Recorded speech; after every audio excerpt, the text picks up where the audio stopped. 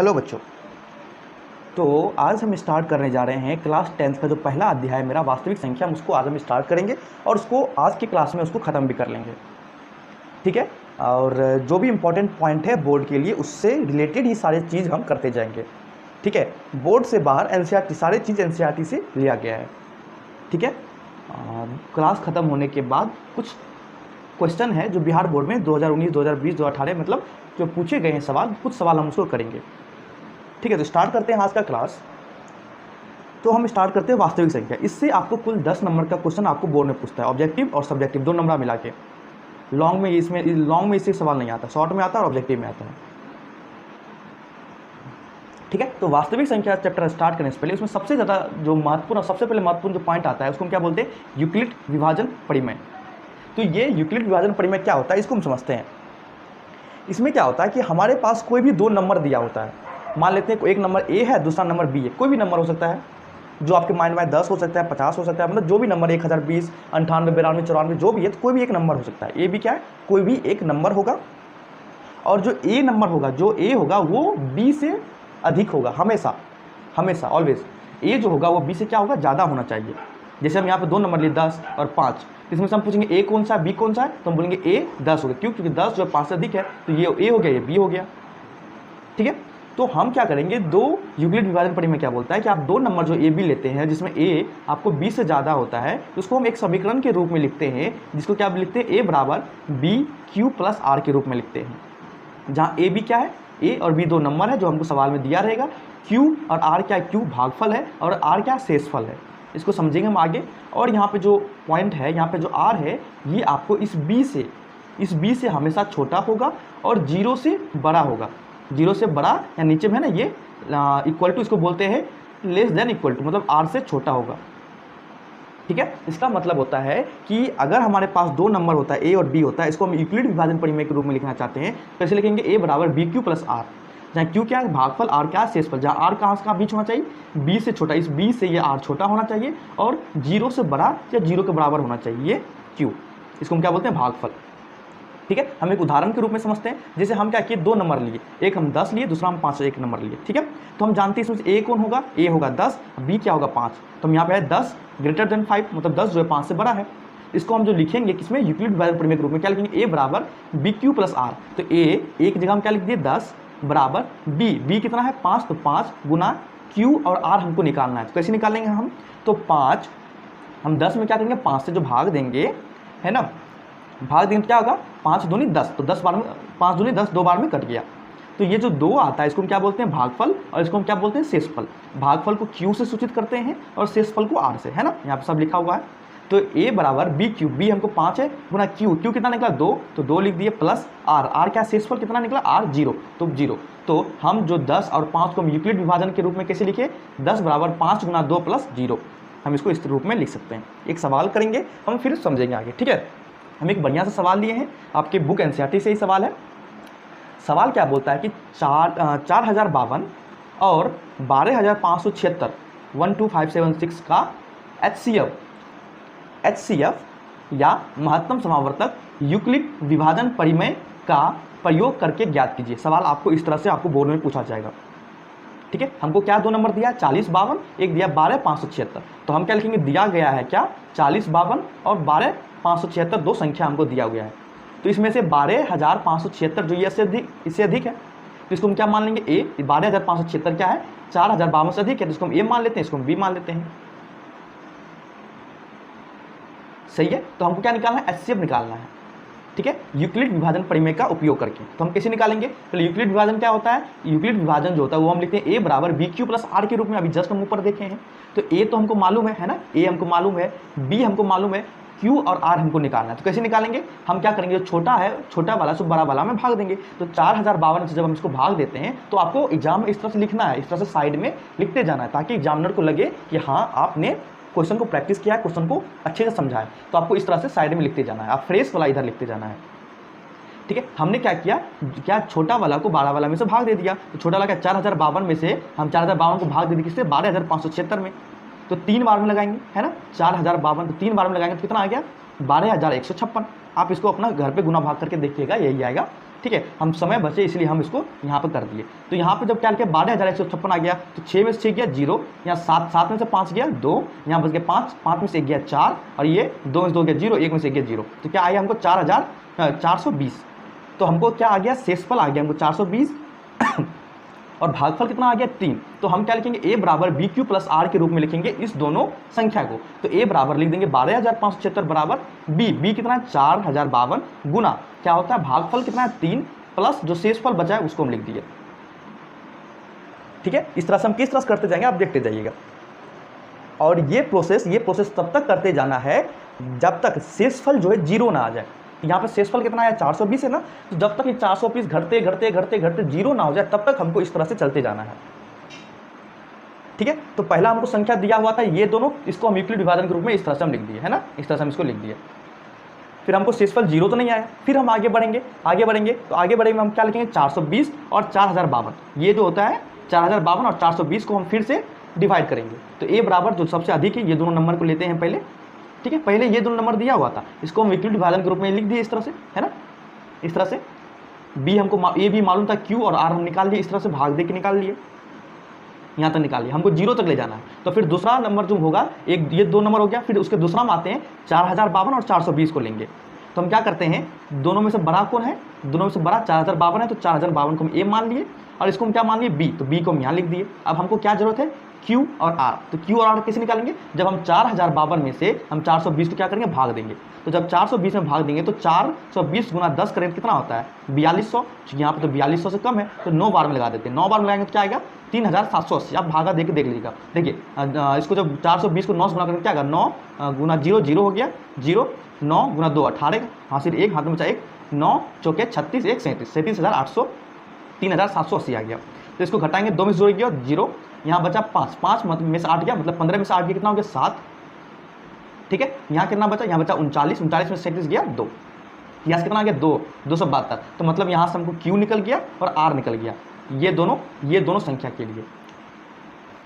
ठीक है, तो हम क्या लिखिए यहाँ पे a बराबर a लिख दिए 4,052 बराबर b 420 गुना q क्या निकला, ये दोनों संख्या का q कितना निकला 9, तो लिख दिए 9 प्लस r क्या है शेषफल कितना निकला 272 हम यहाँ पे लिख दिए।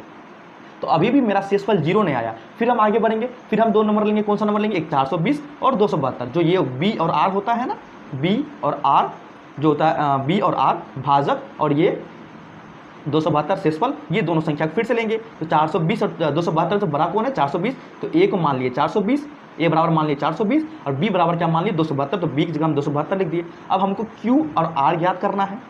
ठीक है, q और r ज्ञात करना, तो फिर हम क्या करेंगे, हम इस 420 को 272 से भाग देंगे। 420 को 272 से हम भाग दिए तो एक बार में लगाएंगे, क्योंकि 2 बार में लगाएंगे तो ये ज़्यादा हो जाएगा। 2 बार में कितना हो गया 272 गुना 2 करें कितना हो गया 4, 7 दूनी 4 1 2 4 5, मतलब 500 टप जाएगा, 542 के आसपास हो जाएगा। तो इसको हम एक बार में लगा दिए तो 272 आ गया। जब इसको 420 में से 272 घटाते हैं कितना है 178। मतलब हमको Q और R हमको निकल गया, Q और R मतलब हमको क्या निकल गया भागफल और शेषफल निकल गया। तो हमको इसी की जरूरत था ना, तो 400 कहाँ गया 420 a मान ली बराबर b कितना 272 गुना भागफल कितना निकला 1 प्लस शेषफल 148। तो हम इसको यहाँ लिख दिए। अभी भी मेरा जो शेषफल वो 0 नहीं आया। तो फिर हम 2 नंबर लेंगे, कौन सा लेंगे 272 और 148, भाजक और शेषफल ये दोनों को लेंगे। फिर हम क्या करेंगे, दोनों से बड़ा कौन है 272, इसको हम a मान लिए, छोटा कौन है 148, इसको हम b मान लिए। 272 बराबर 148 गुना Q प्लस R, हमको Q और R निकालना है इस दोनों के लिए। ठीक है, फिर हम क्या करेंगे 272 को 148 से भाग देंगे। ठीक है, अब भाग दे के देखिएगा, हम यहाँ पे दे के दिखाते हैं आपको। हम क्या करेंगे 148 में हम 272 को भाग देंगे तो एक बार में लगेगा कितना 148, सही है। तो 2 में से 8 गया, मतलब 12 में से 8 गया कितना हो गया 4। ठीक है, यहाँ पे 26 में से 14 गया कितना हो गया 12। तो यहाँ पे हमको Q कितना निकल गया 1 और R कितना निकल गया 124। तो A बराबर क्या है BQ प्लस R। तो A हमको 272, B 148 गुना Q कितना निकला 1, तो 1 प्लस शेषफल, तो शेषफल 124 हम लिख दिए, सही है। फिर हम आगे बढ़ते हैं, क्योंकि अभी तक मेरा शेषफल 0 नहीं आया। फिर हम आगे बढ़ते हैं, अब दूसरा नंबर लेंगे, क्या लेंगे 148 और 124।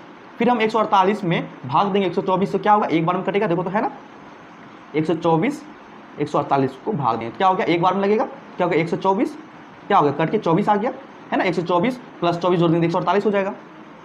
तो यहाँ पे फिर क्या हो गया, यहाँ पे ए बराबर बी क्यू प्लस आर के रूप में लिखना है। ए हमको मालूम है, ए हमको मालूम कितना 148, चूंकि 148 और 124 को देख रहे हैं, ए 148 ठीक है, बराबर बी, बी क्या हो गया बी, देखो तो बी मेरा 124 हो गया गुने क्यू, क्यू क्या है भाई, क्यू मेरा भागफल है, तो भागफल कितना निकल गया 1 प्लस प्लस शेषफल, आर क्या होता है शेषफल, कितना निकल गया 24, तो 124 गुना 1 प्लस 24, मतलब 148 को हम जो यूक्लिड विभाजन यूक्लिड विभाजन के रूप में जो लिखते हैं, यूक्लिड विभाजन परिमेय के रूप में क्या लिखते हैं 124 गुना 1 प्लस 24, जहाँ 124 क्या है 148 क्या है ए, ये 124 क्या है बी, 1 क्या है क्यू, क्यू मतलब भागफल प्लस 24 क्या आर मतलब शेषफल, इस तरह से हम लिखते हैं ए बराबर बी क्यू प्लस आर के रूप में। तो अभी भी मेरा काम खत्म नहीं हुआ, इसको हम तब तक करते जाना है जब तक शेषफल 0 ना हो जाए। अभी शेषफल कितना हो गया 24 हो गया, ठीक है, हम और आगे बढ़ते हैं। तो अभी हम कौन सा 2 नंबर लेंगे बताओ जल्दी से, सोच के बताइए कौन सा 2 नंबर लेंगे। हाँ, हम क्या लेंगे भाजक और शेषफल, तो भाजक क्या 124 और शेषफल 24, 124 और 24 को हम लेंगे,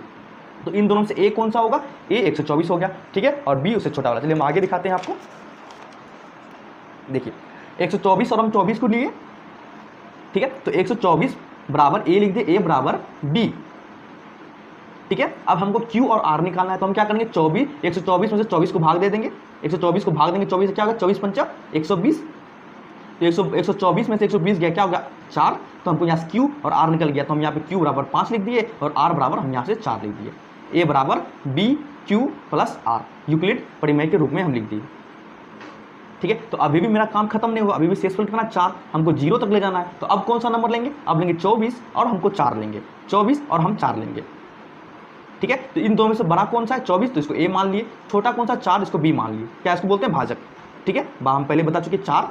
अब हमको क्या निकालना है, ए क्या होता है, जो ए बराबर क्या होता है बी क्यू प्लस आर, हमको क्यू और आर निकालना है, ठीक है। क्या करेंगे फिर उसी तरह हम 24 में 4 से भाग देंगे, ठीक है, 6 बार में लग गया 24 0, तो मतलब ये क्या निकल गया मेरा क्यू, तो ये क्या निकल गया आर, तो हम क्या लिखे ए बराबर बी, बी कितना था 4 गुना क्यू 6 प्लस आर शेषफल 0। हाँ, यहाँ आगे मेरा काम खत्म हुआ, यहाँ आके मेरा काम खत्म हो गया। देखो आगे हम कहाँ से स्टार्ट किए, देखो तो 420 से स्टार्ट किए थे, करते करते करते करते करते 0 तक लाए, जब तक 0 नहीं होगा तब तक हम करते जाएंगे।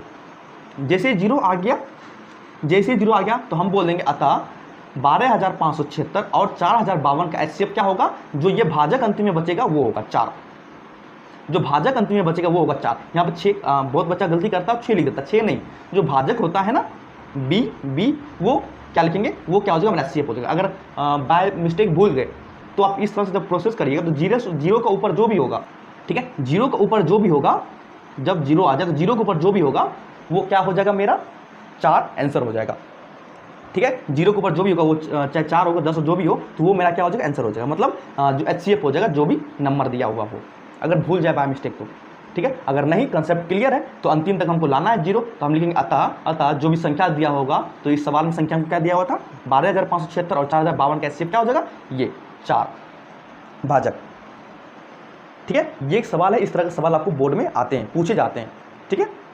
चलिए फिर आगे बढ़ते हैं, चलिए फिर आगे बढ़ते हैं। फिर एक सवाल और है मेरा, वो सवाल लेते हैं, ठीक है। तो सवाल हमको क्या बोलता है देखिएगा कि यूक्लिड विभाजन परिमेय का उपयोग करके 135 एवं एक 225 का एचसीएफ निकाले। सेम उसी तरह सवाल जो सवाल अभी किए हैं, है ना, जो सवाल अभी किए हैं सेम उसी तरह का सवाल हमको दिया गया है। तो 2 नंबर हमको दिया हुआ है ए और बी, अब इस दोनों में से ए किसको मानिएगा जल्दी से बताइए, जो नंबर ज़्यादा हो उसको ए मानेंगे, तो यहाँ पे ए क्या हो जाएगा 225 और बी क्या हो जाएगा 135। हमको एचसीएफ निकालना है तो वही प्रोसेस करेंगे, ए बराबर बी क्यू प्लस आर के रूप में लिखेंगे। तो हम आगे बढ़ते हैं, कैसे करेंगे देखिए तो, ठीक है। तो हम क्या लिखेंगे कि 225 135 से बड़ा है, दिया हुआ है सवाल में, ये हमको मालूम भी है। तो ए क्या हो गया 225, बी क्या हो गया 135, तो हम लिखेंगे यूक्लिड जो सूत्र हम लोग, ठीक है, क्या कि यूक्लिड विभाजन परिमेय का उपयोग करके हम क्या लिखेंगे ए बराबर बी क्यू प्लस आर, जहाँ पे ए और बी हमको ज्ञात होता है और Q और R हम निकालते हैं, ठीक है। Q क्या है भागफल है और R क्या शेषफल है, तो कैसे निकालते हैं हम भाग देके निकालते हैं, ये हम जानते हैं, ठीक है। तो A बराबर क्या दिया हुआ है 225 बराबर B कितना दिया हुआ है 135 लिख दिए, गुना क्यू, क्यू इंटू आर। अब हमको क्यू और आर निकालना है, तो हम क्या करेंगे, जो छोटे वाले हैं उसको हम क्या करेंगे, भाग देंगे बड़े वाले से, मतलब बड़े वाले जो है उसको हम भाग देंगे छोटे वाले से। तो 225 में क्या करेंगे, 135 से भाग देंगे, तो एक बार में लगेगा क्या हो गया 135, 5 में से 5 गया 0, बचा 22, 22 में से 13 गया 9, 90। तो यहाँ पर हमको क्या निकल गया, क्यू और आर हमको निकल गया। तो ए बराबर बी क्यू प्लस आर, ए कितना है 225, बी कितना दिया हुआ 135, गुना क्यू, क्यू कितना निकल गया भागफल 1, तो गुना 1 प्लस आर शेषफल कितना निकल गया 90, तो 90 लिख दिए। तो काम यहाँ हमको खत्म नहीं होता है, तो जब तक हम इसको करते जाएंगे, जब तक ये शेषफल, जब तक ये आर का वैल्यू 0 ना हो जाए। ठीक है, यहाँ पे आर कितना है 90 है, तो इसको और करेंगे हम आगे। चलिए फिर आगे बढ़ते हैं। अब हम क्या करेंगे, फिर ये एक काम होता है मेरा यहाँ पे। अब हम क्या करेंगे, फिर हम 2 नंबर लेंगे, कौन सा 135 और 90। 135 और 90 हम पिछले सवाल में बात कर चुके हैं। तो 135 90 बड़ा 135, इसको ए मान लिए, बराबर बी 90 दिया हुआ। आपको क्या निकालना, क्यू और आर। तो हम क्या किए 135 में भाग दे दी 90 से, तो 2 बार में आएंगे 90 दूनी 180, 135 से ऊपर चला जाएगा नहीं, तो एक बार में आएंगे 90। ठीक है, 5 में 0 गया 5, बचा 13, 13 में से 9 गया 4, 45। मतलब क्यू कितना निकल गया 1 और आर कितना निकला 45। तो 145, जब 135 और 90 है, जब 135 और 90 को हम यूक्लिड विभाजन परिमेय के रूप में लिखेंगे, क्या लिखेंगे 135 बराबर 90 गुना भागफल 1 प्लस 45, क्या हो गया शेषफल। ठीक है, यहाँ भी मेरा काम खत्म नहीं हुआ, चूंकि अभी तक 45 है, हमको 0 तक जाना है ना, 0 तक जाना है।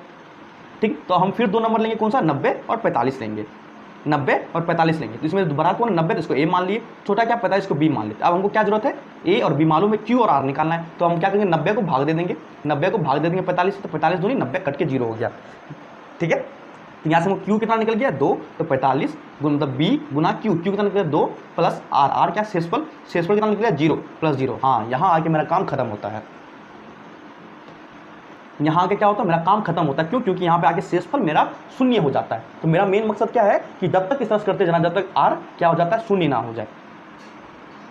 ठीक है, तो यहाँ पे आके मेरा क्या हो गया भाई, शेषफल 0 आ गया। तो हमसे पूछेगा कि बताओ भाई 135 और 225 का जो HCF है वो क्या निकलेगा। तो हम लिखेंगे क्या बोले थे कि 0 से जो ऊपर होगा जस्ट ऊपर, वो क्या हो जाएगा उसका HCF, या जो अंतिम प्रोसेस में जो निकलेगा उसका जो भाजक होता है या बी जो होता है वो क्या हो जाएगा हमारा HCF। तो हम क्या लिखेंगे कि अतः 225 135 का HCF यूक्लिड विभाजन परिमेय के द्वारा कितना निकलता है 45 होगा।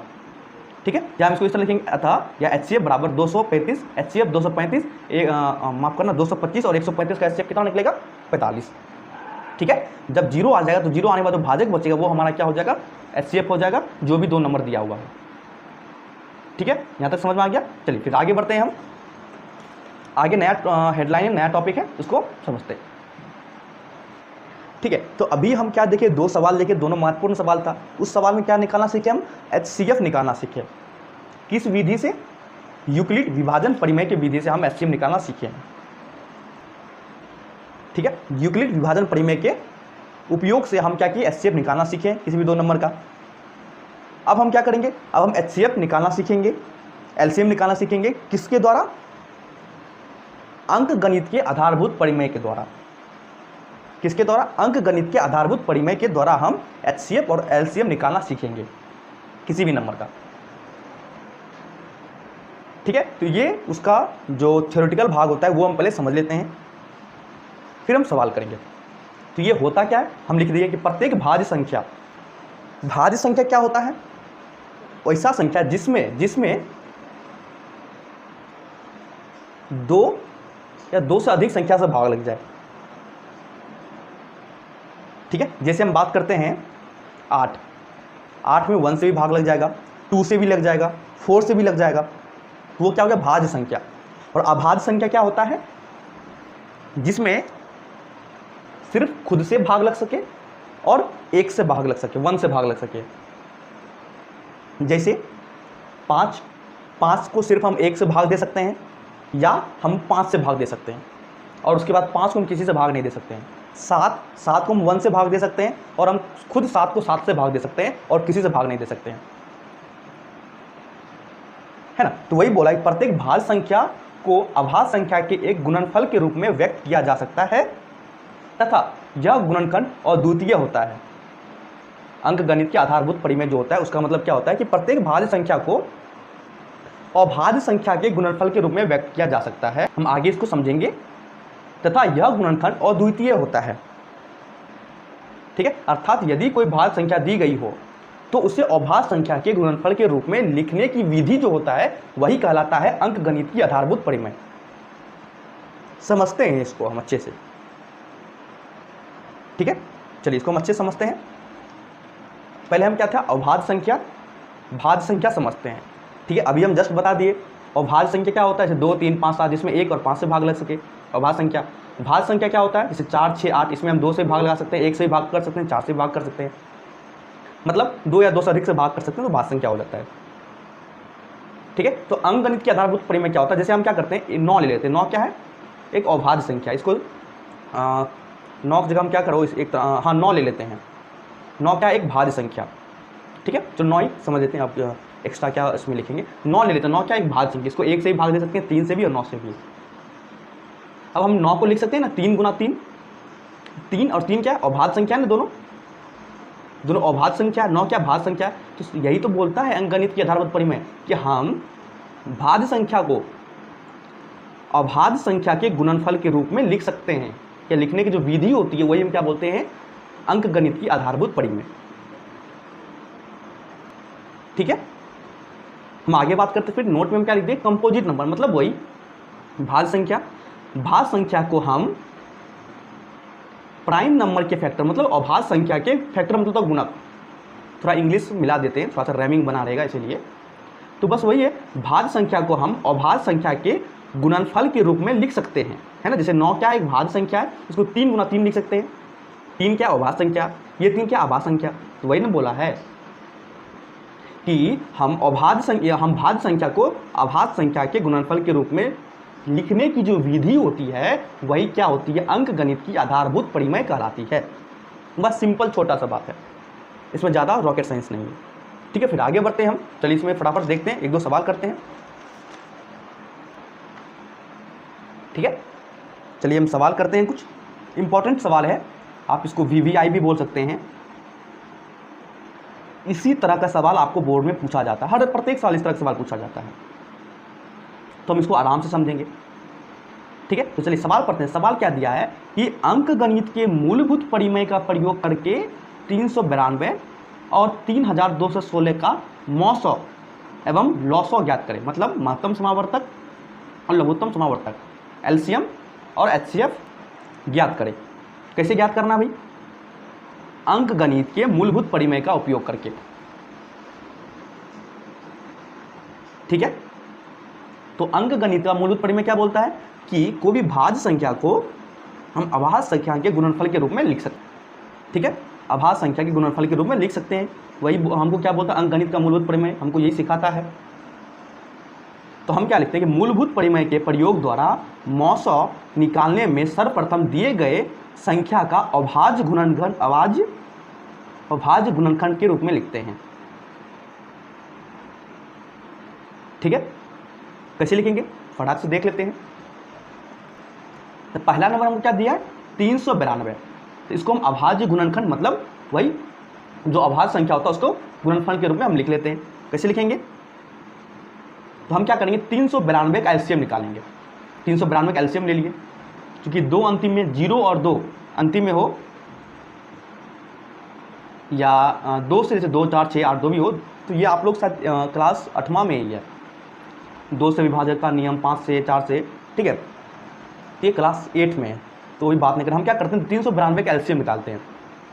तो 2 बार लगा दिए, 2 एकम 2 बचा यहाँ 1, 2 एकम 2, ठीक है, बचा 1, 2 नंबर 18, फिर बचा 1, 2 छक्का 12, 196 बार में लग गया। फिर अंतिम क्या 6 है, फिर हम 2 से लगा देंगे, 6 2 से विभाजित है ना, तो 2 से लगा देंगे। 2 नंबर 18, 2 नंबर 18, यहाँ 18 से घटा तो क्या हो जाए 1 16, तो 2 8 16 98, फिर हम 2 से लगा देंगे, तो कितना बार में कटेगा 49 बार में। फिर 49 को किससे भाग देंगे 7 7 7 49। ठीक है, तो ये हम क्या किए 392 का एलसीएम निकाल। एलसीएम निकालना आपको आता होगा, उम्मीद करते हैं। क्या निकला 2 2 2 7 7, तो हम 392 क्या लिखे 2 गुना 2 गुना 2 गुना 2 गुना 7 गुना 7 है, जिस तरह से यहाँ पे लिखा उस तरह से हम इसको लिख दिए। अब हम क्या करेंगे, दूसरा नंबर क्या मेरा 3216, तो 3216 का भी हम क्या करेंगे एलसीएम निकालेंगे। कैसे निकालेंगे एलसीएम, देखो 3216 का हम क्या किए, एलसीएम निकाल लिए। अंतिम कितना 6 है तो 2 बार में लगा दिए, लग गया 16, 8 बार में कटा। फिर 2 से लगाएंगे 804, फिर 2 से लगाएंगे 402, फिर 2 से लगाएंगे 201, फिर 3 से लगाएंगे 67। अब एलसीएम हम ये सब कर दिए चूँकि जल्दी जल्दी खींच ले, तो एलसीएम निकालना उम्मीद करते हैं आपको क्या आता होगा। तो क्या निकल गया यहाँ पे, अब 67 को किसी से भाग नहीं दे सकते हैं, ना 2 से कटेगा, ना 3 से कटेगा, 4 से 5 से तो नहीं कटेगा, 7 से भी नहीं कटेगा, 88 64 नहीं कटेगा। ठीक है, तो 67 यहाँ पे हो गया, 67 अंतिम में बच गया, इसको नहीं कर सकते। तो इसको भी लिखेंगे आवाज़ गुणनखंड के रूप में। कैसे, 2 गुना 2 गुना 2 गुना 2 गुना 3 गुना 67, 2 गुना 2 गुना 3 गुना 67 हम इस तरह में लिख दिए। ठीक है, अब हमको क्या पूछ रहा है भैया, मौसा बताओ, महत्तम समावर्तक, मतलब HCF हमसे पूछ रहा है। तो क्या करेंगे HCF निकालने के लिए कि ये दोनों का जो हम एलसीएम लेके जो अभाज्य गुणनखंड के रूप में लिखे हैं, तो देखेंगे दोनों में कॉमन कितना कितना संख्या है। जो सबसे छोटा होगा ना, अभी इसमें 2 हम लिए, 2 संख्या, हो सकता है आपको 3 भी दे 4 भी दे, जो सबको इस तरह से लिख देना एक लाइन से सुंदर से। जो सबसे छोटा संख्या होगा उससे मिलाना है कि सबसे कॉमन चीज़ क्या है। देखो तो 392 में 2 गुना 2 गुना 2 गुना 7 गुना 7 दिया हुआ है, इसमें भी 2 गुना 2 गुना 2 गुना 2 गुना 3 गुना 67 दिया हुआ है। तो दोनों में क्या है कि ये 3 2 दोनों में कॉमन है। कॉमन मतलब समान है, और कुछ तो समान नहीं है ना। देखो यहाँ पर 7 गुना 7 बचा, यहाँ पर 2 गुना 3 गुना 67, तो कोई भी मिलने वाला अब नहीं है। तो कॉमन क्या हो गया ये। ठीक है, तो हम लिखेंगे कि महत्तम जो होता है HCF 392 3216 का, वो क्या हो गया, ये दोनों का कॉमन क्या हो गया, 2 गुना 2 गुना 2, मतलब यह 2 पे पावर 3, बात बराबर हो गया है ना। 2 पे पावर 3 क्या लिखेंगे, 2 गुना 2 गुना 2 है ना, दोनों में कॉमन ले लिए, क्या हो गया 2 पे पावर 3 मतलब 8। ये मेरा क्या हो गया, उत्तर हो गया, HCF निकल गया। बहुत ईजी होता है, बहुत ज़्यादा ईजी होता है, ज़्यादा भागने बारी नहीं होता है सब चीज़। ठीक है, तो हम यहाँ से क्या निकल गया, HCF निकाल लिया। अब हम क्या निकालना है, LCM निकालना है। LCM में क्या होता है, LCM होता है कि LCM बराबर होता है कि जो 2 हमको संख्या दिया हुआ है उसका गुणनफल बटे दोनों संख्या का HCF, मतलब महत्तम समावर्तक। ठीक है, तो हम लिखेंगे जो LCM होगा, लॉसो होगा दोनों संख्या का, वो क्या होगा, दोनों संख्या का गुणनफल। तो दोनों संख्या क्या, 392 और 3216 का गुणनफल बटे मौसौ। तो इन दोनों का मौसौ कितना निकला भैया, यहाँ पे 2 पे पावर 3 मतलब 8 निकला, तो हम यहाँ पे 8 लिख दिए।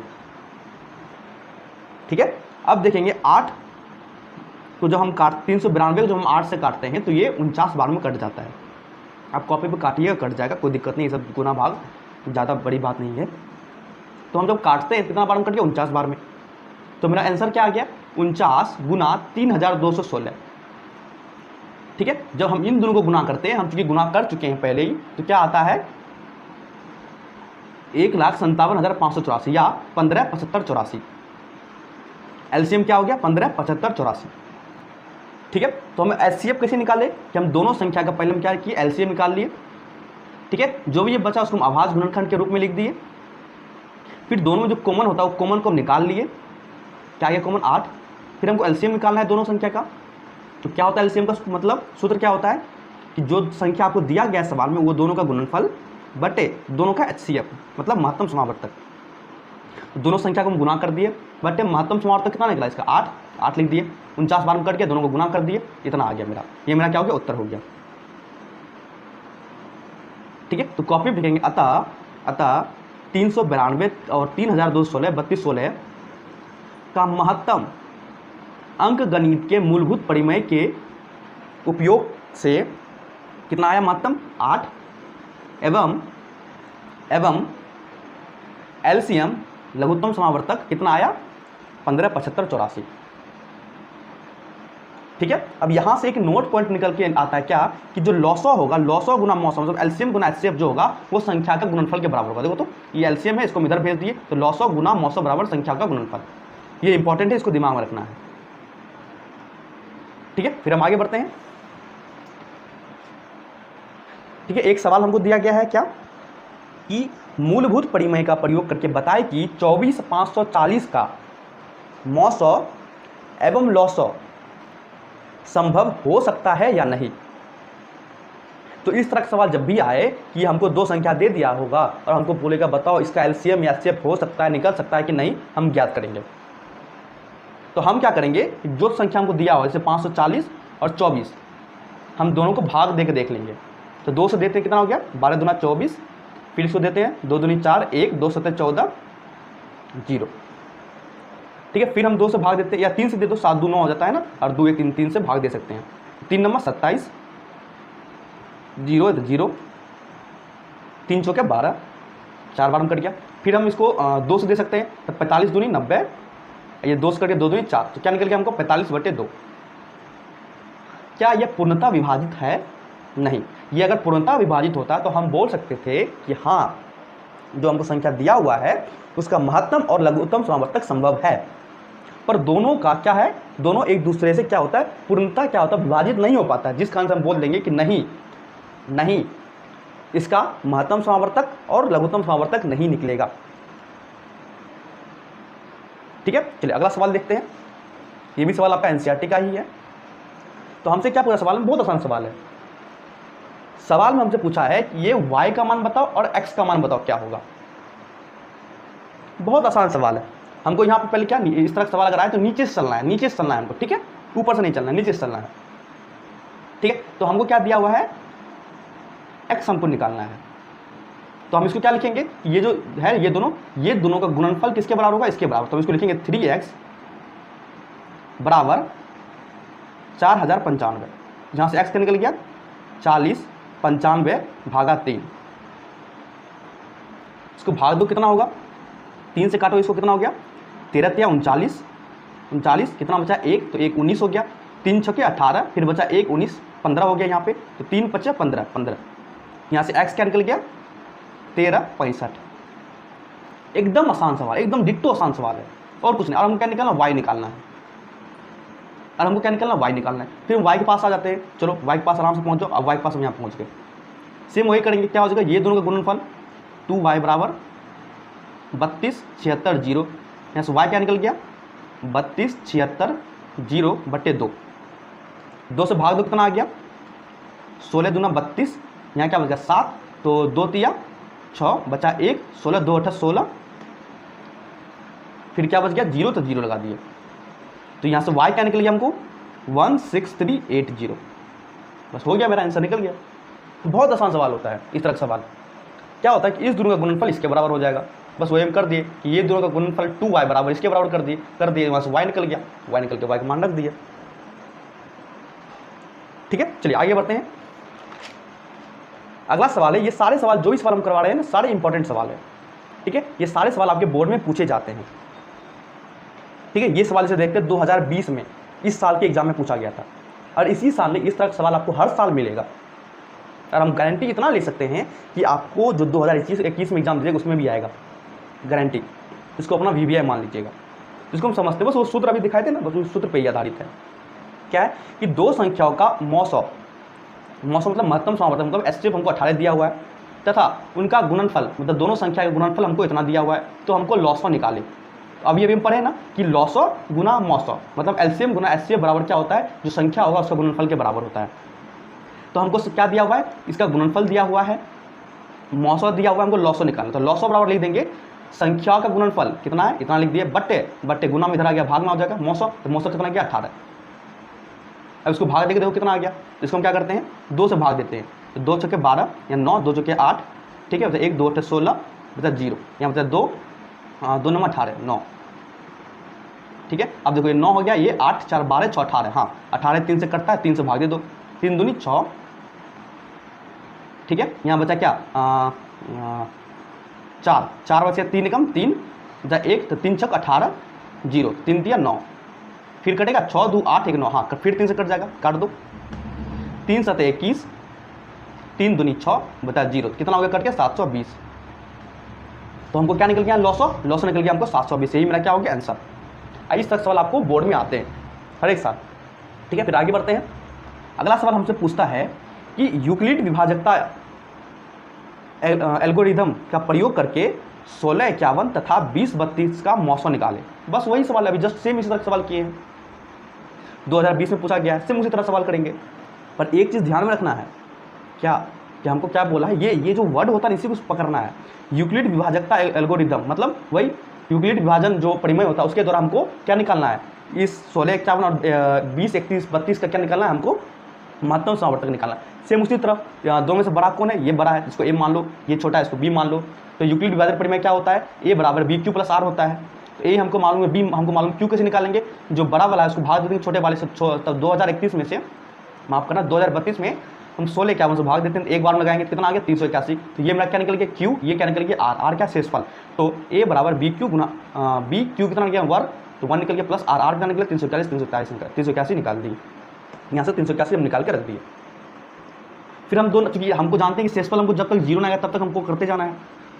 तो फिर हम 2 नंबर लेंगे कौन सा, 1651 और 381, ठीक है, क्योंकि भाजक और हम शेषफल लेते हैं। तो ये दोनों से बड़ा कौन है, ये बड़ा है तो इसको ए मान लिए, जो छोटा है इसको बी मान लिए। अब गुना को क्या निकालना, क्यू और आर निकालना। तो क्या करेंगे हम 1651 में 381 से भाग देंगे, ठीक है। तो 4 बार में लगाएंगे, तो 4 बार में लगा कितना आ गया 15 से 24, काटो 11 में 4 गया कितना हो गया 7, यहाँ बचा 4, 4 में से 2 गया 2, यहाँ बचा यहाँ कितना बचा 6, 6 में से 5 गया 1, 1 में से 1 गया 0, कितना निकल गया 127। तो ये क्या निकल गया मेरा Q, ये क्या निकल गया मेरा R। तो हम क्या लिख दिए B गुना Q, Q कितना निकल गया 4, 4 प्लस R 127।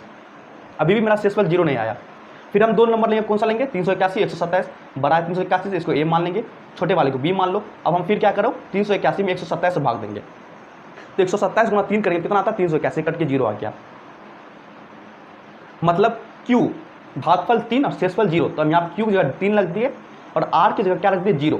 हाँ, अब मेरा काम बन गया, हम जो था जो भी 381 था हमको 0 पे आ गया, 0 पे आ गया। मतलब अब जो भाजक मेरा बचा है ये मेरा क्या हो गया 900, HCF मेरा क्या हो गया 127, या 0 के ऊपर जो होगा वो क्या हो गया मेरा 127, 0 के ऊपर जो हो गया वो मेरा क्या हो गया महत्तम समावर्तक मतलब HCF। तो हम लिखेंगे अतः 900 दोनों संख्या क्या होगा 127 होगा।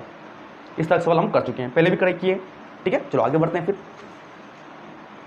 तो सवाल हमको क्या दिया हुआ है, फिर हम एक अगला सवाल देखते हैं। सवाल हमको दिया हुआ है कि हमको 2 नंबर का एलसीएम हमको दिया हुआ है, ठीक है। तो हमको पूछ रहा है तो HCF ज्ञात करें किसका 72 और 126 का, ठीक है। एलसीएम हमको दिया हुआ है, इससे हमको मतलब नहीं है, ठीक है। इसको दे ना दे कोई मतलब, हमको क्या निकालना है HCF निकालना है इस दोनों संख्या का 72 और 126 का, ठीक है। तो कैसे निकालेंगे, तो HCF क्या दिया 72 126, जब 72 को हम क्या करेंगे और भाज्य गुणनखंड के रूप में लिखेंगे कैसे एलसीएम लो, तो 72 36 12 में फिर 18 9 फिर 3 3 9, क्या हो गया 3 बार 2 है और 2 बार 3 है, तो लिख दिए 2 गुना 2 गुना 2 गुना 3 गुना 3, ठीक है। उसी तरह हम क्या किए 126 है ना, 126 का भी हम एलसीएम निकाल के लिख दिए इस तरह से, क्या हो गया 6 2 8 1 9, 2 से भी लग गया 3 से भी हम 3 से ही भाग देते, कोई दिक्कत नहीं है।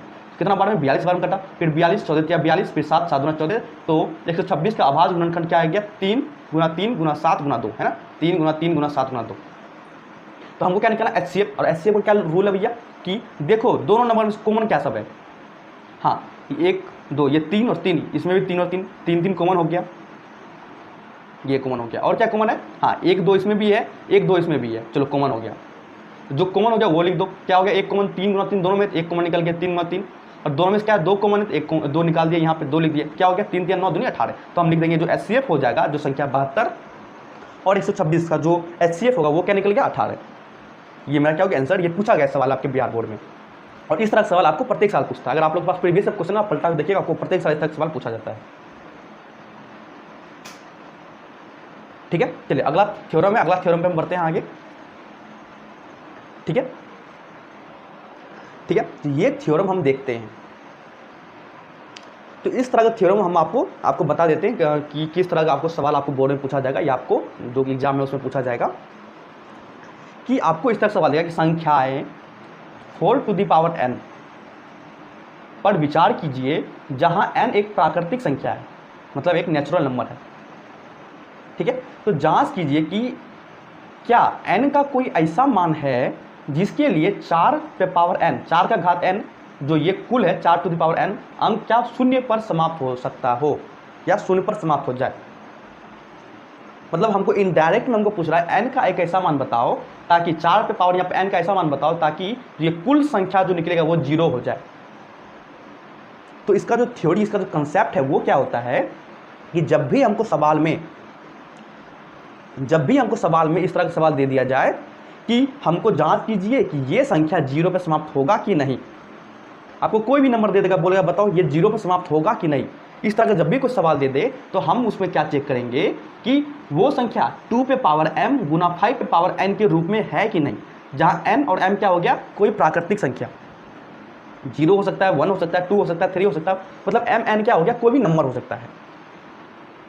ठीक है, तो हम क्या करेंगे, वो संख्या इस फैक्टर में गुणनखंड विधि 2 पावर n गुना 5 पावर n के रूप में है, अगर आ जाता है तो हम बोल देंगे कि हाँ वो संख्या जो है 0 पे खत्म हो सकता है, या वो संख्या क्या 0 हो सकता है। अगर नहीं है तो हम बोलेंगे 0 नहीं हो सकता है वो। तो जैसे हमको सवाल में क्या दिया है, 4 टू द पावर n, तो यह संख्या हमको क्या दिया 4, तो देखते हैं हम इसको 2 पे पावर m और 5 पे पावर n के रूप में लिख सकते हैं या नहीं। ठीक है, जैसे हम चेक करते हैं, ये 4 टू द पावर n है, 4 का घात n है। ठीक है, अगर ये 4 जो है हम इस रूप में लिख सकते हैं 2 पे पावर n गुना 5 पावर n, जहाँ m n क्या हो गया, नेचुरल नंबर हो गया, जैसे 1 2 3 4 5 कुछ भी अपना हो सकता है, हम वो लिख देंगे। ठीक है, इस रूप में होना चाहिए। तो हम 4 का जब हम निकालते हैं एलसीएम क्या आता है, 2 गुना 1, तो 4 का जो अभाज्य गुणनखंड के रूप में लिखते हैं क्या, 2 गुना 1, क्या 2 गुना 2 क्या लिखते हैं, 2 पे पावर 2 गुना 1, तो 4, ये 4 जो संख्या है क्या हमको इसमें इस रूप में आया, हाँ 2 पे पावर m तो है, 2 पे पावर m की जगह 2 है, चलो ठीक है। क्या यहाँ पे 5 पे पावर n है, नहीं, इसमें हमको 5 पे पावर n नहीं आया। 5 पे पावर अगर 1 भी आ जाता तो हाँ हम बोल सकते थे कि हाँ ये 0 पे समाप्त होगा, पर यहाँ पे 5 पे पावर कुछ भी नहीं, 5 से कुछ है ही नहीं, है ना। तो हम क्या बोलेंगे, 2 पे पावर 2 ये तो है पर ये नहीं है, तो हम बोलेंगे अतः जो अभाज्य गुणनखंड है 4 का वो क्या है, 2 पे पावर 2 गुना 1 है, जो कि 2 पे पावर m गुना 5 पे पावर n के फॉर्म में इस रूप में नहीं आता है। ठीक है, नहीं आता। अतः 4 पे पावर n कभी भी 0 पर समाप्त नहीं होगा, कभी भी 0 पे समाप्त नहीं होगा। ठीक है, ये इसका कंसेप्ट है। समझ में नहीं आया तो एक बार फिर से आप इसको वीडियो को देखिएगा, समझ जाइएगा। ठीक है, हम आगे बढ़ते हैं। ठीक है, इसमें कुछ नोट पॉइंट है, आपको नोट पॉइंट दिखा देते हैं। हम नोट में क्या लिखे हैं कि कभी भी अगर सवाल में 4 का घात n, 6 का घात n, 12 का घात n इस तरह से दिया हुआ हो, 4 6 12 इस तरह से दिया हुआ हो, तो वह संख्या कभी भी, मतलब कभी भी 0 पर ख़त्म नहीं होगा।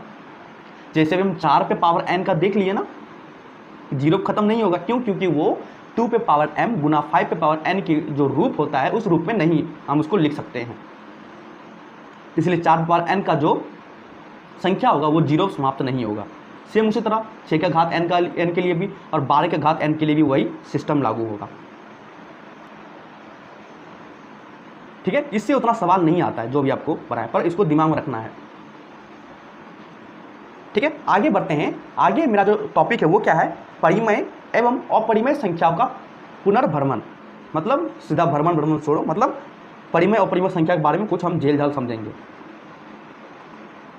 ठीक है, इसके बारे में हम कुछ समझेंगे। तो हम इससे पहले आगे बढ़े तो पहले हमको ये जानना जरूरी है कि परिमेय संख्या क्या होता है। ठीक है, तो परिमेय संख्या जो होता है, जिसको इंग्लिश में रैशनल नंबर बोलते हैं, वो क्या होता है कि जो परिमेय संख्या है उसको हम p/q के रूप में लिख सकते हैं, जहाँ p और q क्या है, पूर्णांक है। p और q क्या है, पूर्णांक है, इंटीजर है। परिमेय संख्या क्या है, जिसको हम p और q के रूप में लिख सकते हैं, p/q के रूप में लिख सकते हैं, जहाँ p और q क्या है, कोई पूर्णांक है, और q जो नीचे वाला वो कभी भी 0 नहीं होना चाहिए। अब इसका कारण क्या है, अगर 0 हो जाएगा, अभी हम आपको बता चुके हैं ना क्लास में, अगर मान लो 1/0 हो गया तो इसका मान क्या होगा, इन्फिनिटी। 0 ऊपर हुआ तो सही है, अगर 0 हम कुछ भी कर दे, 1 20 2000 50 लाख कर दे तो उसका मान 0 होगा। अगर हम 50 लाख बटे नीचे में 0 कर देंगे तब उसका मान अनंत हो जाएगा। इसलिए हम यहाँ पे बोल दिया कि q जो नीचे वाला भाग है वो कभी भी 0 नहीं होना चाहिए। 0 हो जाएगा तब तो खेला ही खत्म हो जाएगा। ठीक है, तो परिमेय संख्या क्या, जो p/q के रूप में हो, और p और q क्या, कोई भी इंटीजर, कोई पूर्णांक होना चाहिए, और q क्या, कभी भी शून्य नहीं होना चाहिए। ये एक पॉइंट हो गया। दूसरा पॉइंट क्या हो गया, p और q का जो HCF होगा या मौसा होगा या महत्तम समावर्तक, वो 1 होना चाहिए। वो क्या होना चाहिए, 1 होना चाहिए। पी और क्यू, जहाँ पी और क्या कोई भी नंबर हम आगे इसको दिखाते हैं,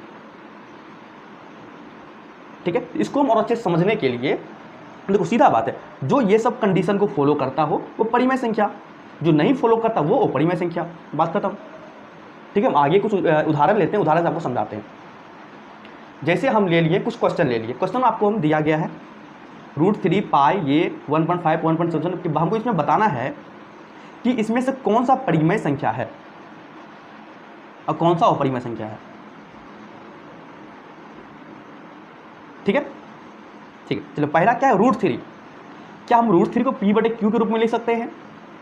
आपको बच्चा बोलेगा सर हाँ लिख सकते हैं, कैसे? हम √3 या नीचे 1 रख दिए तो p हो गया, q हो गया, नहीं। अच्छा ठीक है, आप इसको इस तरह से लिख सकते हैं। तो √3 का मान क्या हो जाएगा बाबू? √3 का मान होता है 1.732। ये होता है मैथमेटिकल, पर ये फिक्स नहीं है, 732 से भी आगे बढ़ते जाता है, तो वो फिक्स नहीं है। ये जो है ये फिक्स नहीं है। ये अगर फिक्स होता ना 1.732 ये फिक्स रहता तो हम कह सकते, पर यहाँ इससे भी आगे जाता है, तो ये क्या फिक्स नहीं है, इसलिए क्या हो गया अपरिमेय संख्या, ठीक है।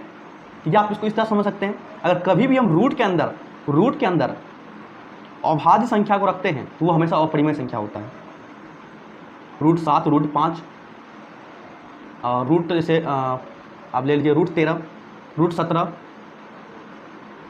ठीक है। तो ये सब क्या हो जाता है √23 अपरिमेय संख्या। रूट के अंदर क्या है अभाज्य संख्या। अभाज्य संख्या क्या होता है? जिसमें एक और खुद से भाग लगे, ठीक है। फिर पाई की बात करते हैं, ये इंपॉर्टेंट है, इसमें बच्चा बहुत चकराता है। सर पाई का मान तो 22/7 होता है, ये भी पूर्णांक है, ये भी पूर्णांक है, एकदम साफ सुथरा क्लियर पूर्णांक है, तो फिर भी ये अपरिमेय कैसे हो गया? तो हम बोलेंगे बच्चा कि 22/7 तो सही है, ये करेक्ट, कोई गलती नहीं है, पर 22/7 जो है ना ये एग्जैक्ट नहीं है। होता ना कि 22/7, हाँ मतलब 22 मतलब 22, ना 22 से एक कदम उधर ना 22 से एक कदम इधर, 22 मतलब 22 पे बैठे हैं, नहीं। यहाँ जो 22/7 है ना ये फिक्स्ड नहीं है, ये फिक्स नहीं है। पाई का मान क्या होता है 1.34 होता है, इसको भाग देके देखिए 1.34 आता है कुछ इस तरह से, तो 3-4 के आगे भी बढ़ते जाता है, बहुत बड़ा संख्या होता है, नंबर होता है, तो वो क्या होता है फिक्स्ड नहीं होता है, फिक्स्ड नहीं होता है, जिस कारण से वो क्या हो जाता है अपरिमेय संख्या। जब 22 मान 3.14 होता है ना, तो 1 के आगे भी संख्या होता है और बढ़ते जाता है, तो वो संख्या क्या होता है फिक्स्ड नहीं होता। अगर फिक्स्ड होता है ना जैसे 3.14 सिर्फ यही, इससे आगे कुछ भी नहीं, तो हम बोलते हैं परिमेय है, पर इसके आगे और भी संख्या बढ़ते जाता है, तो ये क्या हो गया अपरिमेय संख्या हो जाता है, मतलब फिक्स्ड नहीं है, ठीक है। आगे बढ़ते हैं, दिया -√2/√3, कोई बोलने वाला बात है ही नहीं, अपरिमेय संख्या हो गया। फिर देखते हैं चौथा नंबर 1.5। अब 1.5 परिमेय है कि अपरिमेय है? बताइए सर, आप ही बताइए। अच्छा बता, तो 1.5 जब दशमलव उड़ाएंगे तो नीचे क्या होगा? शून्य, तो ये 15/10 हो गया। तो ये 15 और 10 तो साफ सुथरा एकदम क्लियर है, 15/10 तो साफ सुथरा क्लियर है ना, दिखाई दे रहा है कि हाँ पूर्णांक है। तो हाँ p/q के रूप में भी है, q जो है वो शून्य नहीं है ना, p/q के रूप में, और p और q क्या है इंटीजर है, पूर्णांक है, और जो नीचे वाला q है वो शून्य नहीं है, तो हाँ भैया वो रेशनल नंबर हो जाएगा, वो क्या हो जाएगा परिमेय हो जाएगा, परिमेय संख्या हो जाएगा। फिर आगे बढ़ते हैं, 5वां सवाल देखते हैं, दिया 1.7777, मतलब इस तरह से रिपीट होते जाता है बार बार, इसको हम लिख सकते हैं 1.7 पे, इसको रैकरिंग बोलते हैं, रैकरिंग, या इसको बार भी बोलते हैं, ठीक है, इसको रैकरिंग बोलते हैं। या मतलब कभी भी अगर कोई संख्या पर इस तरह से एक डंडा लगा दिया जाए, मतलब कि वो संख्या बार बार रिपीट होता है। जैसे हमको दिखाते हैं, तो मान लो हम 1.47 लिख दिए, 470 लिख दिए, ये तीनों के ऊपर हम रैकरिंग लगा दिए, तो इसको बार बार हम क्या हो जाएगा, इसको अगर लिखेंगे तो 1.470, फिर से 470, फिर से 470, ये इस तरह से बढ़ते जाएगा, ठीक है। तो ये जो 1.7777 है, ये क्या होता है, इसको हम 1.7 के रूप में लिख सकते हैं। इसमें क्या होता है, एक निश्चित संख्या क्या होता है रिपीट हो रहा है बार बार, तो निश्चित जब भी रिपीट होता है वो क्या हो जाता है रेशनल हो जाता है, जब भी निश्चित संख्या रिपीट हो रहा हो। और उसी तरह नीचे में देखिए तो 82.032, फिर 003, तो ये रिपीट नहीं हो रहा है ना, इसमें क्या होता है रिपीटेशन नहीं है, तो मतलब ये क्या हो गया अपरिमेय संख्या। अगर हम आपको इस तरह दे देते, देखो 82.03, फिर से 03, फिर से 03, हाँ, तब हम इसको बोलते हैं कि हाँ ये जो दशमलव के बाद वाला संख्या है ना वो बार बार रिपीट कर रहा है, आते जा रहा है, तो ये क्या हो जाता है परिमेय। पर ये इसमें तो रिपीट नहीं कर रहा है ना, 032 फिर 003, तो ये रिपीट नहीं हो रहा, तो ये क्या हो जाएगा अपरिमेय संख्या हो जाएगा, ठीक है। फिर हम आगे बढ़ते हैं, एक दो और देख लेते हैं सवाल। फिर हम लिखते हैं कि 0.001 बताओ क्या परिमेय होगा, अपरिमेय होगा। सिंपल से बात है बाबू, दशमलव उड़ाओ, नीचे में क्या होगा 1 2 3 3 शून्य हम लिख दिए, 1/1000 P/Q के रूप में, Q नीचे वाला शून्य नहीं है, चलो परिमेय हो गया, परिमेय हो गया, ये तो कंडीशन देखना है। अब सवाल था हम √3 एक परिमेय संख्या, माफ करने को अपरिमेय संख्या, √3 अपरिमेय संख्या, दो अपरिमेय संख्या को हम क्या किए गुना किए, दो समान अपरिमेय संख्या गुना किए, क्या निकला एक परिमेय संख्या 3 निकला। अब मन में आएगा कि सर 3 कैसे परिमेय हो गया, P/Q के रूप में तो नहीं है, तो हम इसको 3 के नीचे 1 लिख सकते हैं, हाँ P/Q के रूप में हो गया, Q जो है नीचे वाला 1 वो 0 नहीं है, तो ये क्या हो जाएगा परिमेय संख्या। यहाँ पे कुछ उदाहरण हम लेके समझाने की कोशिश किए हैं कि कैसे हम परिमेय और अपरिमेय को पहचानेंगे, ठीक है। तो आगे बढ़ते हैं, जो इंपॉर्टेंट सवाल आता है आपके बोर्ड में अधिकांश बहुत बार आता है कि साबित करें कि √3 एक अपरिमेय संख्या है, √5 एक अपरिमेय संख्या है, √2 एक अपरिमेय संख्या है, 5 + √3 एक अपरिमेय संख्या है, ये सब हमको साबित करें। तो कैसे करेंगे, इसको गौर से धीरे धीरे देखना है आपको, ठीक है, समझना है बात को। तो हम क्या करना है, हमको साबित करना है कि √3 एक अपरिमेय संख्या है, ठीक है, ठीक है। तो हम क्या करते हैं, मानते हैं कि माना कि √3 एक परिमेय संख्या है, हम मान लेते हैं, माना है नहीं, हम क्या क्या मान लेते हैं कि √3 एक परिमेय संख्या है। अगर हम √3 को परिमेय के रूप में लेकर चलते हैं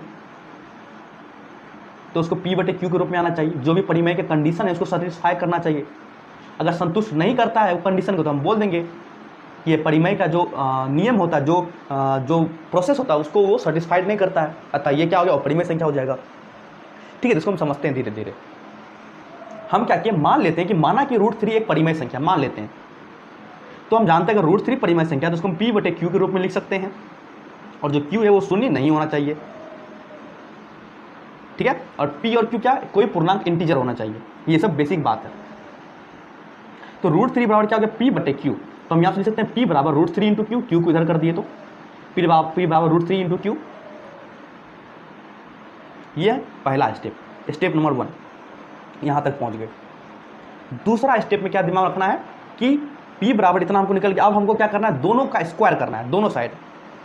जब भी हम बराबर में कुछ चीज़ इस तरह लिखा जाता है तो अगर हम इस तरफ को भी छेड़छाड़ करते हैं तो हमको इस तरफ भी करना पड़ता है, क्योंकि बराबर में है ना, तो बराबर हिस्सेदारी देंगे। तो हम क्या करते हैं, दोनों साइड क्या करते हैं, वर्ग कर देते हैं, स्क्वायर कर देते हैं। क्या हो जाएगा P² बराबर √3 × Q, √3 गुना Q का स्क्वायर,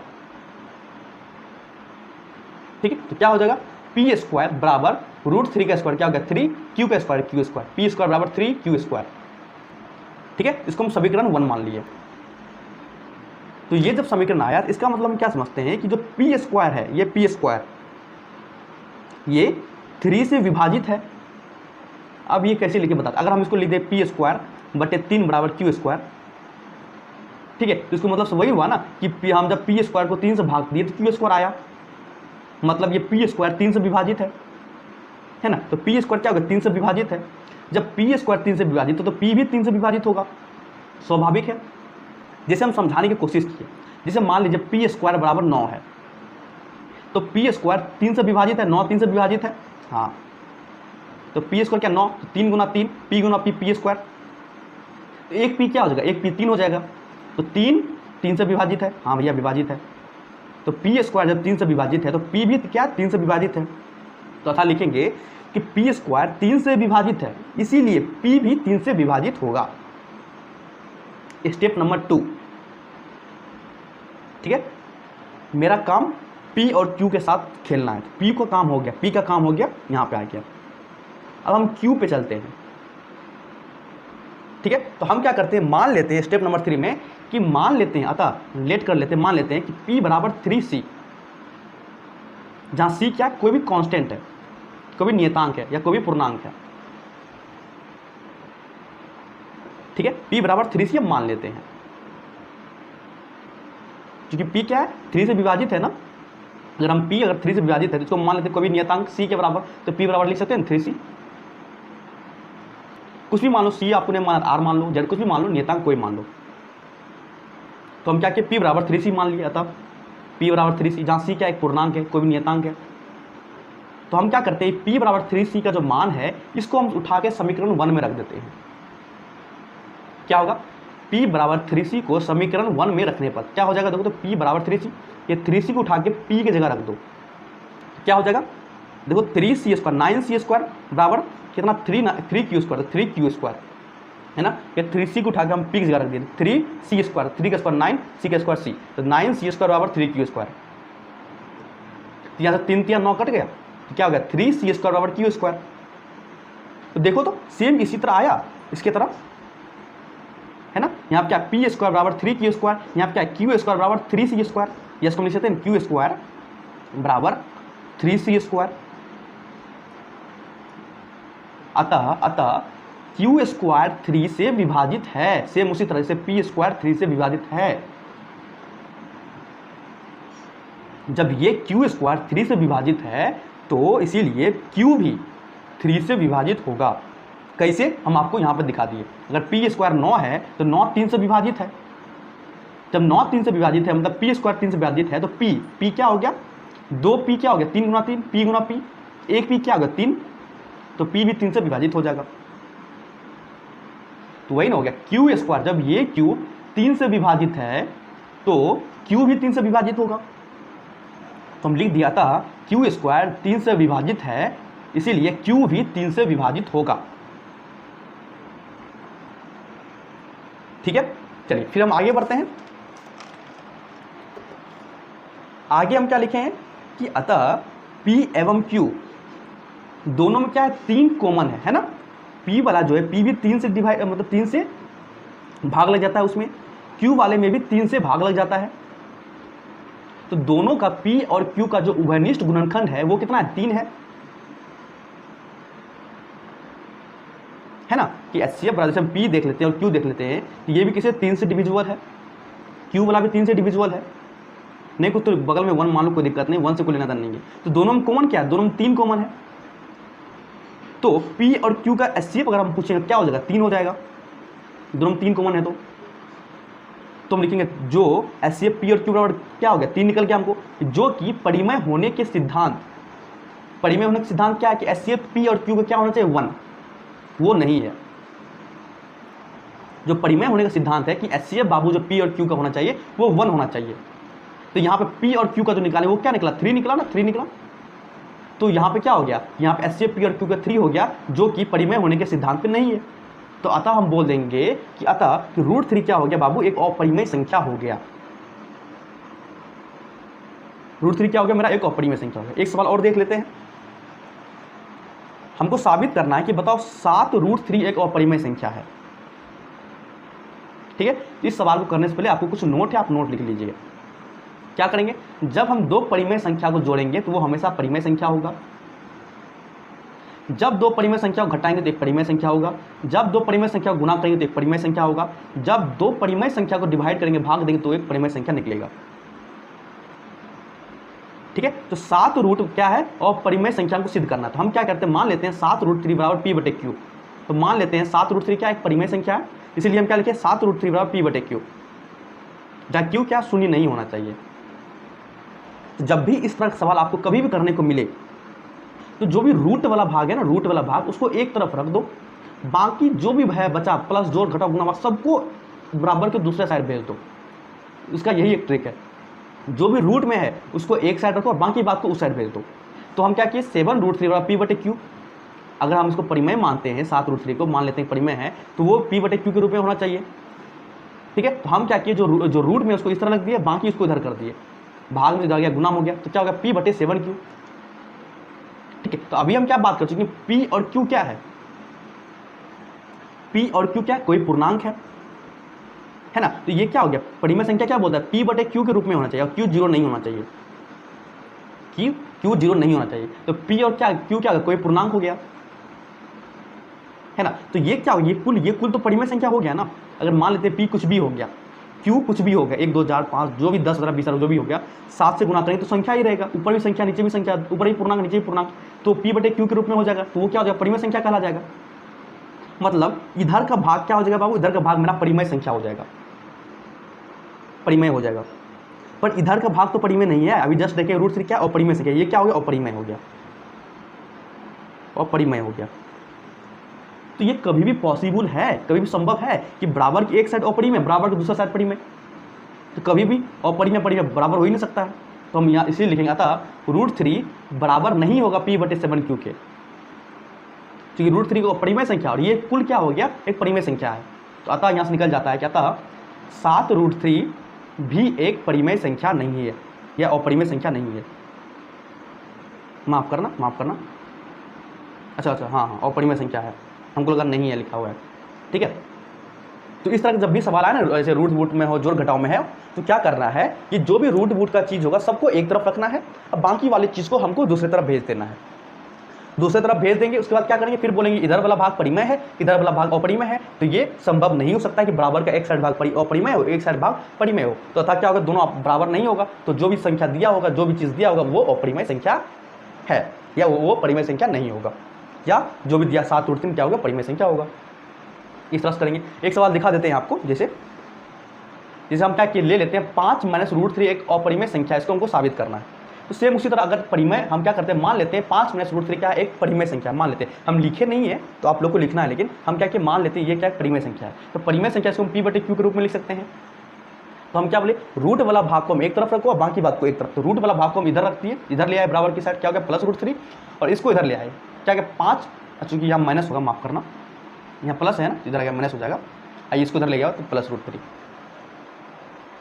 ठीक है। तो इधर वाला भाग क्या हो गया, p और q क्या हो गया, भैया p और q हमको नहीं मालूम है, तो p और q क्या हो गया, कोई पूर्णांक होगा, मतलब अगर p/q के रूप में क्या होगा परिमेय होगा। तो 5 क्या है, 5 एक परिमेय को परिमेय है, अच्छा नहीं मालूम है, नीचे में 1 डाल दो, p/q के रूप में है और q 0 नहीं है, तो मतलब परिमेय संख्या में से परिमेय संख्या को हटाएंगे क्या होगा, परिमेय संख्या ही होगा। मतलब इधर वाला भाग परिमेय है और रूट 3 अपरिमेय जानते हैं, सिद्ध किए हैं, तो रूट 3 क्या अपरिमेय हो गया। तो कभी भी परिमेय अपरिमेय आपस में बराबर होगा नहीं, तो हम क्या बोलेंगे, अतः 5 - रूट 3 क्या हो गया इरेशनल नंबर, मतलब अपरिमेय संख्या है। यहाँ से ये साबित होता है, ठीक है। तो यहाँ से हम खत्म होता है परिमेय अपरिमेय के बाद। फिर हम आगे बढ़ते हैं, जो नेक्स्ट टॉपिक है वो हमको क्या करना है, हमको शांत और अशांत आवृत्ति को ज्ञात करना है। ये हमारा लास्ट टॉपिक है, ये हमारा लास्ट टॉपिक। इसके बाद कुछ सवाल करेंगे हम, फिर ये टॉपिक मेरा अच्छे से खत्म हो जाएगा, ठीक है। तो हमको क्या होगा, किस तरह से इस तरह सवाल होगा हम उसको समझेंगे, देखेंगे। पहले इसको समझ लेते हैं, ठीक है। हमको क्या होगा, परिमेय संख्या दिया होगा, परिमेय संख्याओं को हमको दशमलव प्रसार के रूप में शांत है या अशांत आवृत्ति का है वो हमको पता करना है। तो परिमेय संख्या क्या होता है p/q के रूप में, तब q 0 नहीं होता है। तो कोई भी संख्या शांत या अशांत कब होगा, जब नीचे वाला भाग जो q होगा, q जो होगा नीचे वाला भाग वो क्या इस रूप में होना चाहिए, 2 का घात m या 2 पे पावर m गुना 5 पावर n के रूप में होना चाहिए, जहां m और n क्या हो धनात्मक हो रहा, लिखना कॉपी में स्टार मार्क के, जहां m और n क्या है धनात्मक, ग्रेटर देन 0 मतलब धनात्मक होना चाहिए या 0 होना चाहिए। 0 हो चलेगा, m और n क्या हो 0 से लेकर आगे जितना भी है, 0 1 2 3 4 5 6 10 मतलब 0 से आगे जितना भी हो धनात्मक होना चाहिए। अगर हुआ, अगर हम उस तरह से लिख सकते हैं नीचे वाले भाग को इस रूप में 2 पे पावर m गुना 5 पावर n, हो सकता है m 0 हो, ये 1 हो, ये 2 हो, ये 3 हो, मतलब कुछ भी हो सकता है 0 से लेकर अपना आगे जितना भी हो संख्या हो 1 2 3 4 1000 2000 तक में, लेकिन क्यों नीचे वाला, ठीक है। तब वो जो दिया रहेगा परिमेय संख्या उसको हम क्या बोलेंगे, वह संख्या क्या है शांत आवृत्ति का है। अगर इस रूप में नहीं आ रहा है तो वो क्या बोल देंगे अशांत आवृत्ति का है, बात खत्म। कि हम यहाँ पे वही लिख दिए, अगर इस रूप में आगे शांत हो जाएगा, या पे मान लो m 0 हो गया तो क्या बचेगा 5 पावर n होगा, वो भी शांत हो जाएगा। या पे मान लो n 0 हो गया तो बचेगा 5 पावर 0, किसी भी संख्या के पावर 0 करेंगे वो क्या होता है 1 हो जाता है, तो 2 पावर m गुना 1 2 पावर m, तो अगर इस तरह भी हो तो शांत मानेंगे उसको। या इसके अलावा अगर कुछ भी हो इस दोनों के अलावा तो हम क्या बोलेंगे अशांत आवृत्ति का है। सवाल करते हैं समझ में आ जाएगा, ठीक है। चलिए फटाफट सवाल करते हैं कुछ सवाल। जैसे मेरा पहला सवाल है कि 13/3125 बताओ ये शांत आवृत्ति का है कि नहीं, बिना भाग दिए। तो क्या करेंगे हम, पहले 325 को 3125 का हम क्या करेंगे एलसीएम लेंगे, अंतिम में क्या है 5 तो 5 से भाग लगा देंगे, 5 छक्का 30 बचा 1 12 5 दूनी 10, ठीक है, बचा 2 25 25 6 से 25 कर गया, फिर 5 से लगा दो 25 25 हाँ 125 होता है ना, तो 5 एकम 5 हो गया, यहाँ कितना बचा फिर 1 12 5 दूनी 10 2 25 25 फिर 5 से लगा दो, 5 दूनी 10, 5 25, फिर लगा दो 5 25, ठीक है। तो इसको क्या लिख सकते हैं 13/5 गुना 5 गुना 5 गुना 5, इसको लिख सकते हैं 5 गुना 5 गुना 1 2 3 4 5, 5 से पावर 5 लिख सकते हैं इसको। इसको लिखेंगे 5 का घात 5, और 2 तो नहीं है, 2 वाला हम क्या बोले किस रूप में होना चाहिए, 2 पे पावर n और 5 पे पावर n के रूप में। तो 5 का पावर n, n की जगह क्या 5, ये तो आ गया, पर 2 का घात 2 का कुछ भी मेरे पास नहीं है, तो हम लिख देंगे 2 पे पावर 0। तो इस रूप में आ गया, तो हम बोलते हाँ अतः ये जो संख्या वो क्या है, शांत आवृत्ति का है। ठीक, सेम उसी तरह आगे बढ़ते हैं। जैसे हमको दे दिया ये संख्या 23/455, बताओ शांत है या शांत। तो नीचे वाला भाग को हम क्या करेंगे, पहले एलसीएम लेंगे, तो 455 का एलसीएम लो भैया, अंतिम में 5 है तो 5 से लगा दो, 5 9 45, 5 एकम 5, 9 1 10। अब इससे किस में लगाएंगे, नहीं लगेगा, 91 में किससे लगाइएगा, 2 से लगेगा नहीं, 3 से लगेगा नहीं, 4 से 5 से नहीं लगेगा। तो ये क्या लिखेगा 23/5 गुना 91। तो क्या ये इस रूप में है, आप बोलिएगा सर 5 का कुछ नहीं तो एक तो घात होगा, हाँ होगा, चलिए ये तो है। तो क्या हम 91 को इस तरह लिख सकते हैं, 2 का पावर में लिख सकते हैं, नहीं लिख सकते हैं। 91 में 2 से भाग दीजिए लगेगा, दशमलव में आएगा, दशमलव हमको लेना ध्यान नहीं है, हमको 2 पर घात m चाहिए, 1 2 3 50 जो भी हो, तो ये इसको तो लिख नहीं सकते, तो इसलिए लिखेंगे क्या कि ये क्या हो गया, अशांत आवृत्ति का हो जाएगा, अशांत हो जाएगा। फिर एक सवाल है 129/2 का घात m, 2 का घात 2, 5 का घात 7 और 7 का घात 5 दिया हुआ है, ठीक है। अरे भाई ये तो बल्ले बनाया है, हमको खुआ परेशान हुआ है कि हमको 2 पे पावर m होता है, 2 पे पावर m और 5 पे पावर n इस रूप में चाहिए। तो 2 पे पावर m तो है ही, 5 पे पावर n भी है, तो लेकिन बबुआ ये जो हमको दिया इसका हम क्या करेंगे। अच्छा, अगर हम इसको किसी तरह से हटा दें, किसी तरह से हटा दें, तब मेरा काम बन जाएगा, तब मेरा क्या हो जाएगा, काम बन जाएगा। पर हटाएंगे किसको सर, इसको कैसे हटाइएगा, कोई कारण। सर एक काम करते हैं, जो 7 पे पावर 5 है ना, उसको हम भाग देते हैं इससे, जब भाग दे के करिए क्या, दशमलव में आएगा, कटेगा नहीं। आप 129 में भाग दो 7 से, नहीं कटेगा, दशमलव में आएगा। तो हमको दशमलव में चाहिए ना, वो भी दशमलव, वो फिक्स वाला दशमलव नहीं आएगा, बढ़ते जाएगा। तो हमको परिमेय होना चाहिए P/Q के रूप में भैया, है ना। तो ये तो नहीं होगा, तो ये क्या हो जाएगा, अशांत आवृत्ति का हो जाएगा। सब कुछ दिया हुआ, पर इसके कारण क्या हो गया, हम लटक गए, ठीक है। फिर आगे बढ़ते, एक देखते सवाल और देखते हैं। 35/50, ये शांत है क्या, शांत कैसे करेंगे, 50 कैल्शियम ले लो 25 बार में, और 25 मतलब 35/50 क्या लिखेंगे, 2 गुना 5 गुना 5, मतलब 5 गुना 5, 5 का स्क्वायर, एकदम बिल्कुल करेक्ट, मजा आ गया। 2 पे पावर m गुना 5 पावर n के रूप में है ही, 2 का घात नहीं कुछ, तो m की जगह 1 है, 2 पे पावर 1 2 ही होता है, 5 पे पावर n तो 5 पावर n की जगह 2 लिख दिए, हाँ भैया है, मतलब ये शांत आवृत्ति का है। सेम उसी तरह 210 है, 210 कैल्शियम निकाल लो 2 बार में, 105 बार में कटेगा, 2 एकम 2, 2 पंचे 10, बीच में 0 आ जाएगा, 5 से काट दो, 5 दूनी 10, एक बार में 5 एकम 5, 21 3 7 21, आहो मज़ा नहीं आया, 77 बटे इसको क्या लिखेंगे, 2 गुना 5 गुना 3 गुना 7। अब लो इस रूप में आया, चलिए हाँ सर, अब 2 पे पावर m तो है ही, हाँ सर 2 पे पावर m तो है ही, नहीं m की जगह 1, 5 का घात n तो 5 का घात n की जगह 1 हो गया सर। और ये दोनों क्या करें, अगर ये दोनों हटा दें तो मेरा काम बन जाएगा। अच्छा ये कटेगा 11 बार में, हाँ 11 7 77, लेकिन अब क्या 11 बटे 2 गुना 5, ठीक है भैया, 2 पे पावर m 5 पावर n 2 5 के रूप में आ गया, लेकिन 3 जो है इसका क्या करे, बताइए बताइए। अगर इस 3 को हटा दिए तो मेरा काम बन जाएगा। अच्छा एक काम करते हैं सर, हम भाग दे के देख लेते हैं कटता है क्या, चलिए देखते हैं। 3 भागा 11 करते हैं, क्या होगा, 3 3 9, 2 फिर दशमलव 0, 3 चौके 18, फिर 2, फिर 0 लगाएंगे, 3 चौके 18, फिर 2, फिर 0 लगाएंगे, फिर 3 चौके 18, मतलब ये 3.66666 आगे भी 6 आते रहेगा। या सर हमको इस तरह लिख सकते हैं क्या, 3.6 पे पावर इस तरह देख रही, अभी हम जस्ट पढ़े हैं, लिख सकते हैं सर, हाँ लिख तो सकते हैं, लिख तो सकते हैं। अब हमको बताइए जब इसको हम काट देंगे क्या 3.6 का रेकरिंग में कोई गलत बात होगा, बताइए। तब क्या होगा 3.6 बटे 2 गुना 5, 2 का घात m के जगह 1, m के जगह 1। अब हमको बताइए परिमेय है कि नहीं है, बताइए P/Q के रूप में है कि नहीं, कितना बताओ सर, P/Q के रूप में है। और ये जो दशमलव वाला भाग है वो रिपीटेशन वाला है, मतलब रिपीट होता है, आते जाता है, और आते चला जो भाग होता है वो क्या होता है, परिमेय होता है, मतलब ये तो परिमेय है ही, ये भी परिमेय है ही, तो हम बोल देंगे अतः ये क्या हो गया, शांत आवृत्ति का हो गया। अच्छा सवाल था, बढ़िया सवाल था, दिमाग लगाने वाला सवाल था, ठीक है। तो यहाँ ये खत्म होता है। फिर आगे बढ़ते हैं, कुछ सवाल है प्रैक्टिस के लिए। ठीक है, तो फटाफट कुछ सवाल है जो पिछले साल पूछा गया था प्रीवियस ईयर क्वेश्चन में, उसको करते हैं। तो हमको क्या दिया पहला सवाल कि ये सवाल दिया हुआ 2.47 के ऊपर रैंक, मतलब क्या 4 7 बार बार आते जा रहा है, को P/Q के रूप में बदले। तो इस तरह का सवाल जब भी हो ना इस तरह से बदले, तो किस तरह करते हैं इसको देख लीजिए। वो क्या दिया 2.47। अगर यहाँ पर नोट करके कॉपी में लिख लीजिएगा, अगर दो संख्या पर रैंकिंग है, अगर मान लो एक संख्या, जैसे मान लो हमको दे दिया 0.3 के ऊपर रैंकिंग, मतलब 3 दोबारा आ रहा है। अगर एक संख्या के ऊपर रैंकिंग है, ठीक है, इसको रैंकिंग बोलते हैं, इसको बार हिंदी में बोलते हैं। तो हम क्या करेंगे 10 से गुना करते हैं। कहाँ गुना करेंगे हम आपको बताते हैं, ठीक है। अगर दो संख्या पे है रैंकिंग तो हम इसको 100 से गुना करते हैं। अब 3 हो गया तो 1000, इसी तरह बढ़ते जाएगा। 4 हो गया, 4 को 0 लगा देना। अब कहाँ इसका उपयोग करते हैं हम समझाते हैं आपको। तो हम क्या करते हैं, ये हमको दिया होता है सवाल में, इसका सवाल कैसे करते हैं आपको बताते हैं। हम क्या मानते हैं इसको, ये संख्या को मान लेते हैं x बराबर 2.4747, इस तरह से अपना आगे बढ़ते जाएगा। 4 7 इस तरह से, इसको हम समीकरण 1 मान लेते हैं।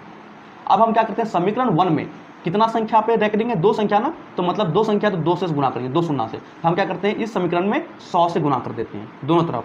तो क्या करेंगे 100 से गुना कर देंगे, तो 100 गुना x, इसको 100 से गुना कर क्या होगा 2.4747 डॉट गुना 100 करो, गुना 100 कर देंगे, ठीक है। जो 100 से गुना करेंगे तो क्या हो जाएगा, ये दशमलव वाला अंक घसक के 2 अंक इधर आ जाएगा, मतलब क्या हो जाएगा फिर 247.47।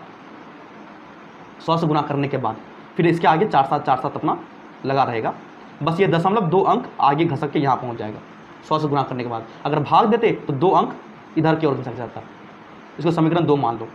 अब क्या करो, समीकरण 2 को समीकरण 1 में घटा दो। समीकरण 2 क्या है, 100x बराबर 247 माइनस इंटू 47 के ऊपर रैंकिंग है ना, रैंकिंग मतलब बार बार रिपीट हो रहा है, तो इसके ऊपर रैंकिंग लगा देते हैं, इस बस कोई दिक्कत है। इसको समीकरण 2 है। समीकरण 1 क्या है, x बराबर 2.4747, हम इसको लिखते हैं 47 के ऊपर रैंकिंग, कोई दिक्कत नहीं, घटा दो। देखो तो दोनों दशमलव के दोनों इधर वाला भाग समान है ना, 4747, इधर भी 4747, तो करके क्या हो जाएगा, शून्य हो जाएगा।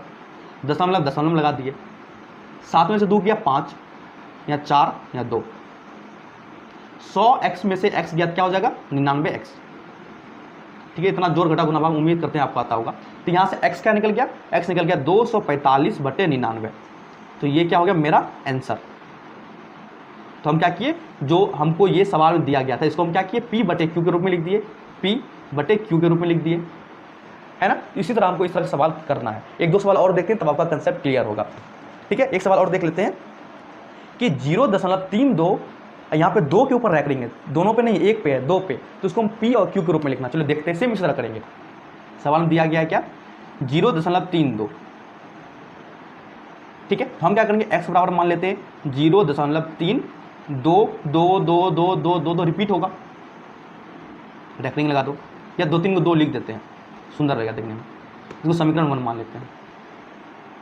अब कितना संख्या पर रैंकिंग है, 1 पे है। अगर 1 पे है तो क्या करेंगे 1 शून्य लगाएंगे, मतलब 10 से गुना करेंगे। यहाँ पे 2 पे था तो 100 से किए, अगर 3 पे होता तो 1000 से करते। यहाँ पे कितना 1 है तो 10 से करेंगे। तो हम क्या करते हैं दोनों में 10 से गुना करते हैं, दोनों साइड। क्या हो जाएगा 10x बराबर 0.3222 डॉट गुना 10, ठीक है। अब 10 से गुना किए तो यहाँ पे ये दशमलव क्या होता है, एक अंक इधर खिसक जाता है, क्या हो जाएगा 3.22222 अपना इस तरह से बढ़ते जाएगा। इसको समीकरण 2 मान लो। फिर वही काम करो, समीकरण 2 को समीकरण 1 में घटा दो, समीकरण 2 को घटा दो समीकरण 1 से।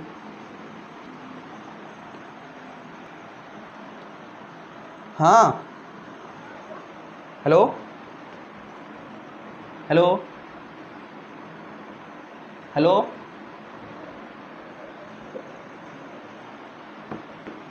ठीक है, यहाँ तक समझ में आया। अब हम क्या करते हैं दोनों से गुना कर दिए 10 में, इस तरह से हो गया। तो समीकरण 2 को हम समीकरण 1 से घटा दिए। समीकरण 2 क्या है 10x बराबर 3.22 रिपीट हो रहा, तो हम यहाँ क्या कर दिए रैंकिंग लगा दिए, समीकरण 1 समीकरण 2 हो गया, ठीक है। फिर समीकरण 1 क्या x बराबर 0.3222 रिपीट हो रहा, तो 2 के ऊपर रैंकिंग लगा दिया।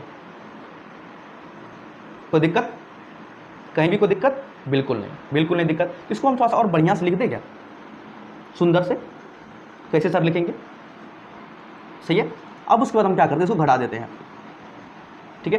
तो यहाँ पे क्या हो गया 10x में से x क्या 9x बराबर, इसको थोड़ा सुंदर के लिए हम क्या करते हैं यहाँ पे 1 2 और आगे बढ़ा देते हैं, यहाँ पे 2, फिर इसके ऊपर रैकलिंग लगा देते हैं। कोई दिक्कत है क्या?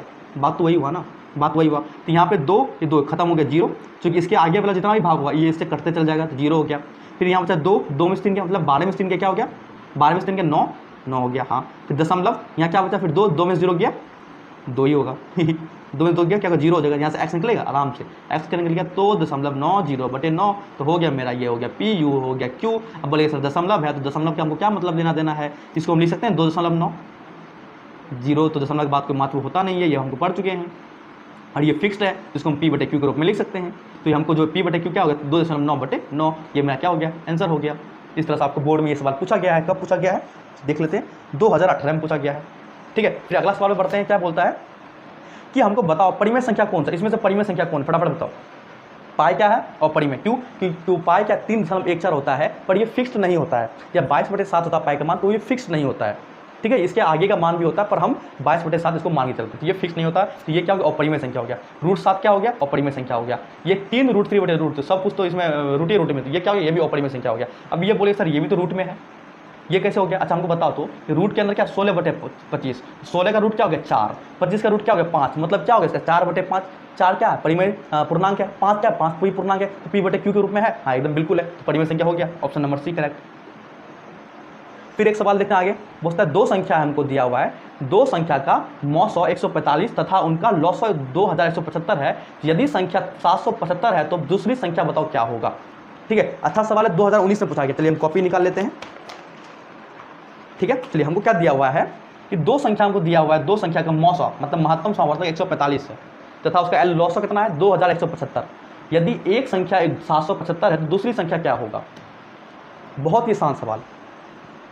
तो हम क्या पढ़ चुके हैं बाबू, हम पढ़ चुके हैं कि लौसौ गुना मौसौ मतलब महत्तम समावर्तक बराबर क्या होता है 2 संख्याओं का, या संख्या जितना भी संख्या हो 2 संख्याओं का गुणनफल। ठीक है, तो लौसौ कितना दिया हुआ इसमें 2175 सवाल में दिया हुआ है, मौसौ कितना दिया हुआ 145, 2 संख्या गुणनफल, एक संख्या कितना दिया हुआ है 775, दूसरा संख्या नहीं मालूम इसको मान लेते हैं x, यहाँ से x नहीं निकल जाएगा एकदम आराम से, 2175 गुना 145/725, यहाँ से अपना जोड़ घटाओ गुना भाग अपना घर में बैठ के करिए, यहाँ से x का मान निकल लीजिए, x का मान निकल गया मतलब वही मेरा क्या हो गया दूसरा संख्या हो गया। ये 2019 में पूछा गया सवाल है। ठीक है, फिर अगला देखते हैं, हमको बोलता है यूक्लिड विभाजन एल्गोरिदम की मदद से 870 तथा 225 का महत्तम समावर्तक मतलब HCF निकाले। एकदम सिंपल है भैया, कैसे करेंगे, 2 नंबर क्या दिया हुआ 870 दिया हुआ है और क्या दिया हुआ है 225। तो क्या करेंगे, हमको HCF निकालना, तो पहले 870 का LCM निकाल लो, 0 है तो 5 से कट, 2 भी से भी कट जाए तो 5 से हम काट देते हैं, तो 5 एकम 5, यहाँ कितना बच गया 3 छोटा में 3, तो 5 7 35 बचा 2 तो 20, 5 का 20, इस पर 2 से लगा देते हैं, कितना हो गया 7 6 18, 7 6 18 नहीं 2 9 18, 8 2 16, 16 2 7 14। ठीक है, यहाँ कुछ फंसा लग रहा है ना, चलिए इसको 2 से भाग कर देखते 2 से करते हैं, 2 से 2 चौके 8 या 35 दूनी 70, फिर इसको 5 से भाग दे दो, 8 5 40, 5 7 35, नहीं सही है करेक्ट। क्या आ गया यहाँ पे 2 गुना 5 गुना 87, 87 का कुछ भी हो सकता है क्या, 9 से लगा तो नहीं, 9 8 72 नहीं होता है, 8 7 56, 87 नहीं होता, 8 7 15, हाँ 3 से कट जाएगा, 8 7 15, 15 3 से कट जाएगा, 3 से काट दो तो क्या हो गया 3 दूनी 6 बचा 2 3 9 27 29, फिर किसी से नहीं कटेगा। तो यहाँ पे क्या हो गया, इसका जो अभाज्य गुणनखंड क्या हो गया 2 गुना 5 गुना 3 गुना 29। ठीक है, सेम उसी तरह 225 का देखो तो 5 से लगाओ, 5 चौके 20 बचा 2 25 25, 5 9 45, 3 3 9, क्या हो जाएगा 5 गुना 5 गुना 3 गुना 13। तो हमको क्या पूछ रहा है HCF बताओ, HCF क्या होगा 870 और 225 का। तो हम क्या करेंगे, दोनों में से कॉमन क्या क्या है, तो देखो तो छोटा वाला को देखेंगे पहले, छोटा वाला क्या 225 है ना, इसमें 5 है 3 है 3 है, इसमें 5 है इसमें 5 है, हाँ ये एक दो चीज़ कॉमन हो गया, और क्या 3 है 3, हाँ ये 3 कॉमन हो गया, और कुछ कॉमन है नहीं है। तो यहाँ पे इन दोनों में से एक 5 निकाल लो, इन दोनों में से एक 3 निकाल लो, 3, तो इसका जो HCF हो गया वो क्या हो गया 15। तो सवाल मेरा क्या था कि यूक्लिड विधि के द्वारा हमको क्या निकालना है, इन दोनों संख्या का HCF निकालना, क्या निकल गया 15 निकल गया। कैसे निकालना है हम दिखा चुके हैं। ठीक है, फिर अगला सवाल हमको दिया है कि सिद्ध करें कि 3 + √2√5 एक अपरिमेय संख्या है, ये हमको सिद्ध करना है। ठीक है, चलो हम देख लेते हैं कैसे करेंगे, क्योंकि कर चुके हैं लेकिन फिर भी हम आपको रिवीजन के लिए दिखा देते हैं। 3 + 2√5 हमको सिद्ध करना कि ये एक अपरिमेय संख्या है। तो पहले हमको सिद्ध करना पड़ेगा कि √5 मेरा एक अपरिमेय संख्या है। तो हम क्या फटाफट देखते हैं, स्पीड में देखते जाते हैं। ठीक है, अगर √5 मेरा पहले हमको सिद्ध करना पड़ेगा √5 क्या मेरा अपरिमेय संख्या है। तो फटाफट देखते जाते हैं। तो पहले क्या करेंगे, हम मान लेते हैं लेट √5 क्या है, √5 क्या अपरिमेय संख्या, परिमेय संख्या है। तो हम √5 बराबर क्या लिख सकते हैं, p/q। इसको क्या लिख सकते हैं, p बराबर √5 × q। ठीक है, स्टेप 1 दोनों तरफ स्क्वायर कर दो, p² बराबर क्या होगा 5q²। तो अतः यहाँ से क्या साबित होता है, अतः यहाँ साबित होता है कि जो p² है वो 5 से विभाजित है। p² 5 से विभाजित है, इसीलिए p भी क्या होगा, p भी 5 से विभाजित होगा। p भी 5 से विभाजित होगा। हम ये कर चुके हैं ना, विभाजित होगा। ठीक है, p भी क्या होगा, 5 से विभाजित होगा। मेरा यहाँ काम खत्म। फिर हम आगे बढ़ते हैं, ये स्टेप नंबर 1 था, काम क्लियर हो गया। फिर स्टेप 2 बढ़ते हैं, q। ठीक है, तो हम क्या करते हैं, हम क्या मानते हैं, लेट p बराबर 5c, क्योंकि यहाँ पे 5 है ना, तो 5c। ठीक है, p बराबर क्या हो गया 5c। ठीक है, अब हम क्या करते हैं, ये p को इसमें रखते हैं, तो क्या हो जाएगा 5 का स्क्वायर 25, c² बराबर 5q²। यहाँ कट गया 25, क्या हो गया 5c² बराबर q²।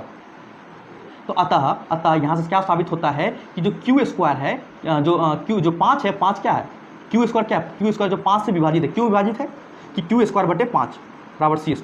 ठीक है, मतलब q² मान लो, अगर हम मान लेते हैं q² अगर 25 है, तो 25 अगर 5 से विभाजित है तो 5 भी तो 5 से विभाजित है। q² बराबर 25 हम लिख सकते हैं, q² बराबर 25, तो मतलब q बराबर क्या हो गया 5 × 5। अगर q² इसको मान लेते हैं, q क्या हो गया 1 5, तो जब q² 5 से विभाजित है तो q भी क्या होगा 5 से विभाजित होगा। तो इसी तरह q² जब 5 से विभाजित है, इसलिए q भी क्या होगा 5 से विभाजित होगा, 5 से विभाजित होगा।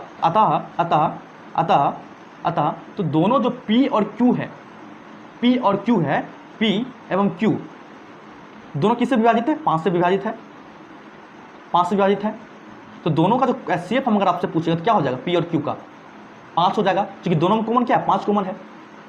लेकिन जब कोई भी संख्या परिमेय कब होता है, जब उस संख्या का HCF क्या होना चाहिए, p और q का HCF क्या होना चाहिए, 1 होना चाहिए। हम पहले बता चुके हैं। तो इसका HCF तो 1 तो नहीं है, दोनों में कॉमन अगर 1 आता तो हम बोलते हैं हाँ ये परिमेय संख्या है। पर 1 की जगह क्या आ गया, दोनों में कॉमन क्या 5 दोनों 5 से डिविजिबल है, विभाजित है। तो इसका HCF क्या निकले 5, हम लिखेंगे। अतः ये संख्या क्या होगा, ये जो √5 है, √5 एक अपरिमेय संख्या है। क्यों, क्योंकि ये परिमेय के सिद्धांत को फॉलो नहीं करता, या परिमेय के सिद्धांत को सत्यापित नहीं करता है।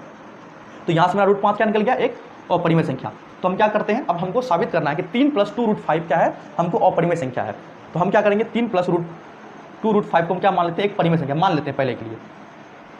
ठीक है, हम क्या बोले, जो रूट वाला काम होगा उसको एक तरफ रखो, बाकी बात को उधर फेंक दो। क्या होगा देखो, तो इसको इधर लेगा, क्या हो गया 2 √5 बराबर p/q -3 बचा, यहाँ पे 2 बचा ना, 2 को इधर ले आओ, क्या हो जाएगा देखो, तो माफ करना √5 बराबर 2 गुना p/q -3 गुना, अच्छा माफ करना, यहाँ गुना में तो जरा गया, भाग हो गया।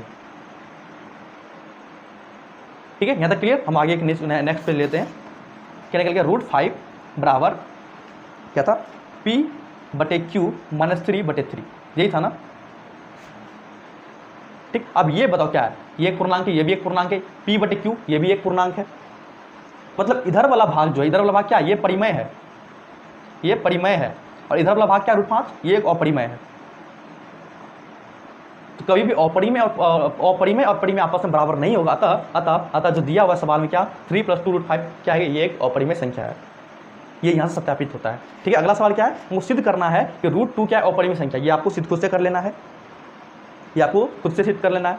फिर अगला सवाल क्या है, बताइए कि ये परिमेय संख्या शांत है या अशांत है। इसका आंसर अशांत होगा। क्यों, क्योंकि 343 को जो भाग देंगे, ये ना 2 से एलसीएम होगा ना 3 से होगा, किसी से भी एलसीएम नहीं लेगा ये। ठीक है, तो ये क्या हो गया, डायरेक्ट अशांत हो गया। आप निकाल के देखिएगा, कोशिश करिएगा। फिर आगे बढ़ते हैं। अगला सवाल मेरा कि बिना भाग दिए बताए कि परिमेय संख्या, ये 2/25 जो परिमेय संख्या है, ये शांत है या अशांत है। सिंपल सा बात है, 25 का एलसीएम क्या होगा, 5 × 5, 5 × 5 क्या होगा, 2/5 × 5 मतलब 5 का स्क्वायर। 2 का हमको 2 भी चाहिए, कुछ तो 0, तो यहाँ 2n × 5n के रूप में। मतलब ये क्या, नीचे में जो सिद्धांत होता है वो हमको शांत और शांत का जो सिद्धांत होता है पहचानने का, वो हमको ये सत्यापित करता है। तथा ये क्या हो गया, ये जो संख्या ये क्या हो गया, शांत हो गया। ठीक है, तो इसी के साथ जो भी क्वेश्चन था, इंपॉर्टेंट क्वेश्चन, जितना भी क्वेश्चन आपके बोर्ड में आता है, सारे क्वेश्चन हमने करवा दिया है। ठीक है, और सब क्वेश्चन जो टेस्ट में होगा, टेस्ट में भी किया जाएगा। तो इसी के साथ आपको यहाँ पे ये पूरा चैप्टर आपको खत्म होता है। जो पहला चैप्टर है आप लोग का, जो आपको पहला चैप्टर है, रियल नंबर वास्तविक संख्या वो क्या होता है, खत्म होता है क्लास 10th का। इससे कुल 10 नंबर का सवाल आपसे पूछा जाता है, सवाल में 10 मार्क्स का क्वेश्चन पूछा जाता है, वो खत्म हो गया। ठीक है, तो आप लोग इसका रिवीजन करिएगा और जो क्वेश्चन आपको क्लास में करवाया गया उसको आप खुद से करिएगा। ठीक है, तो अगले क्लास में हम फिर आपसे मिलते हैं।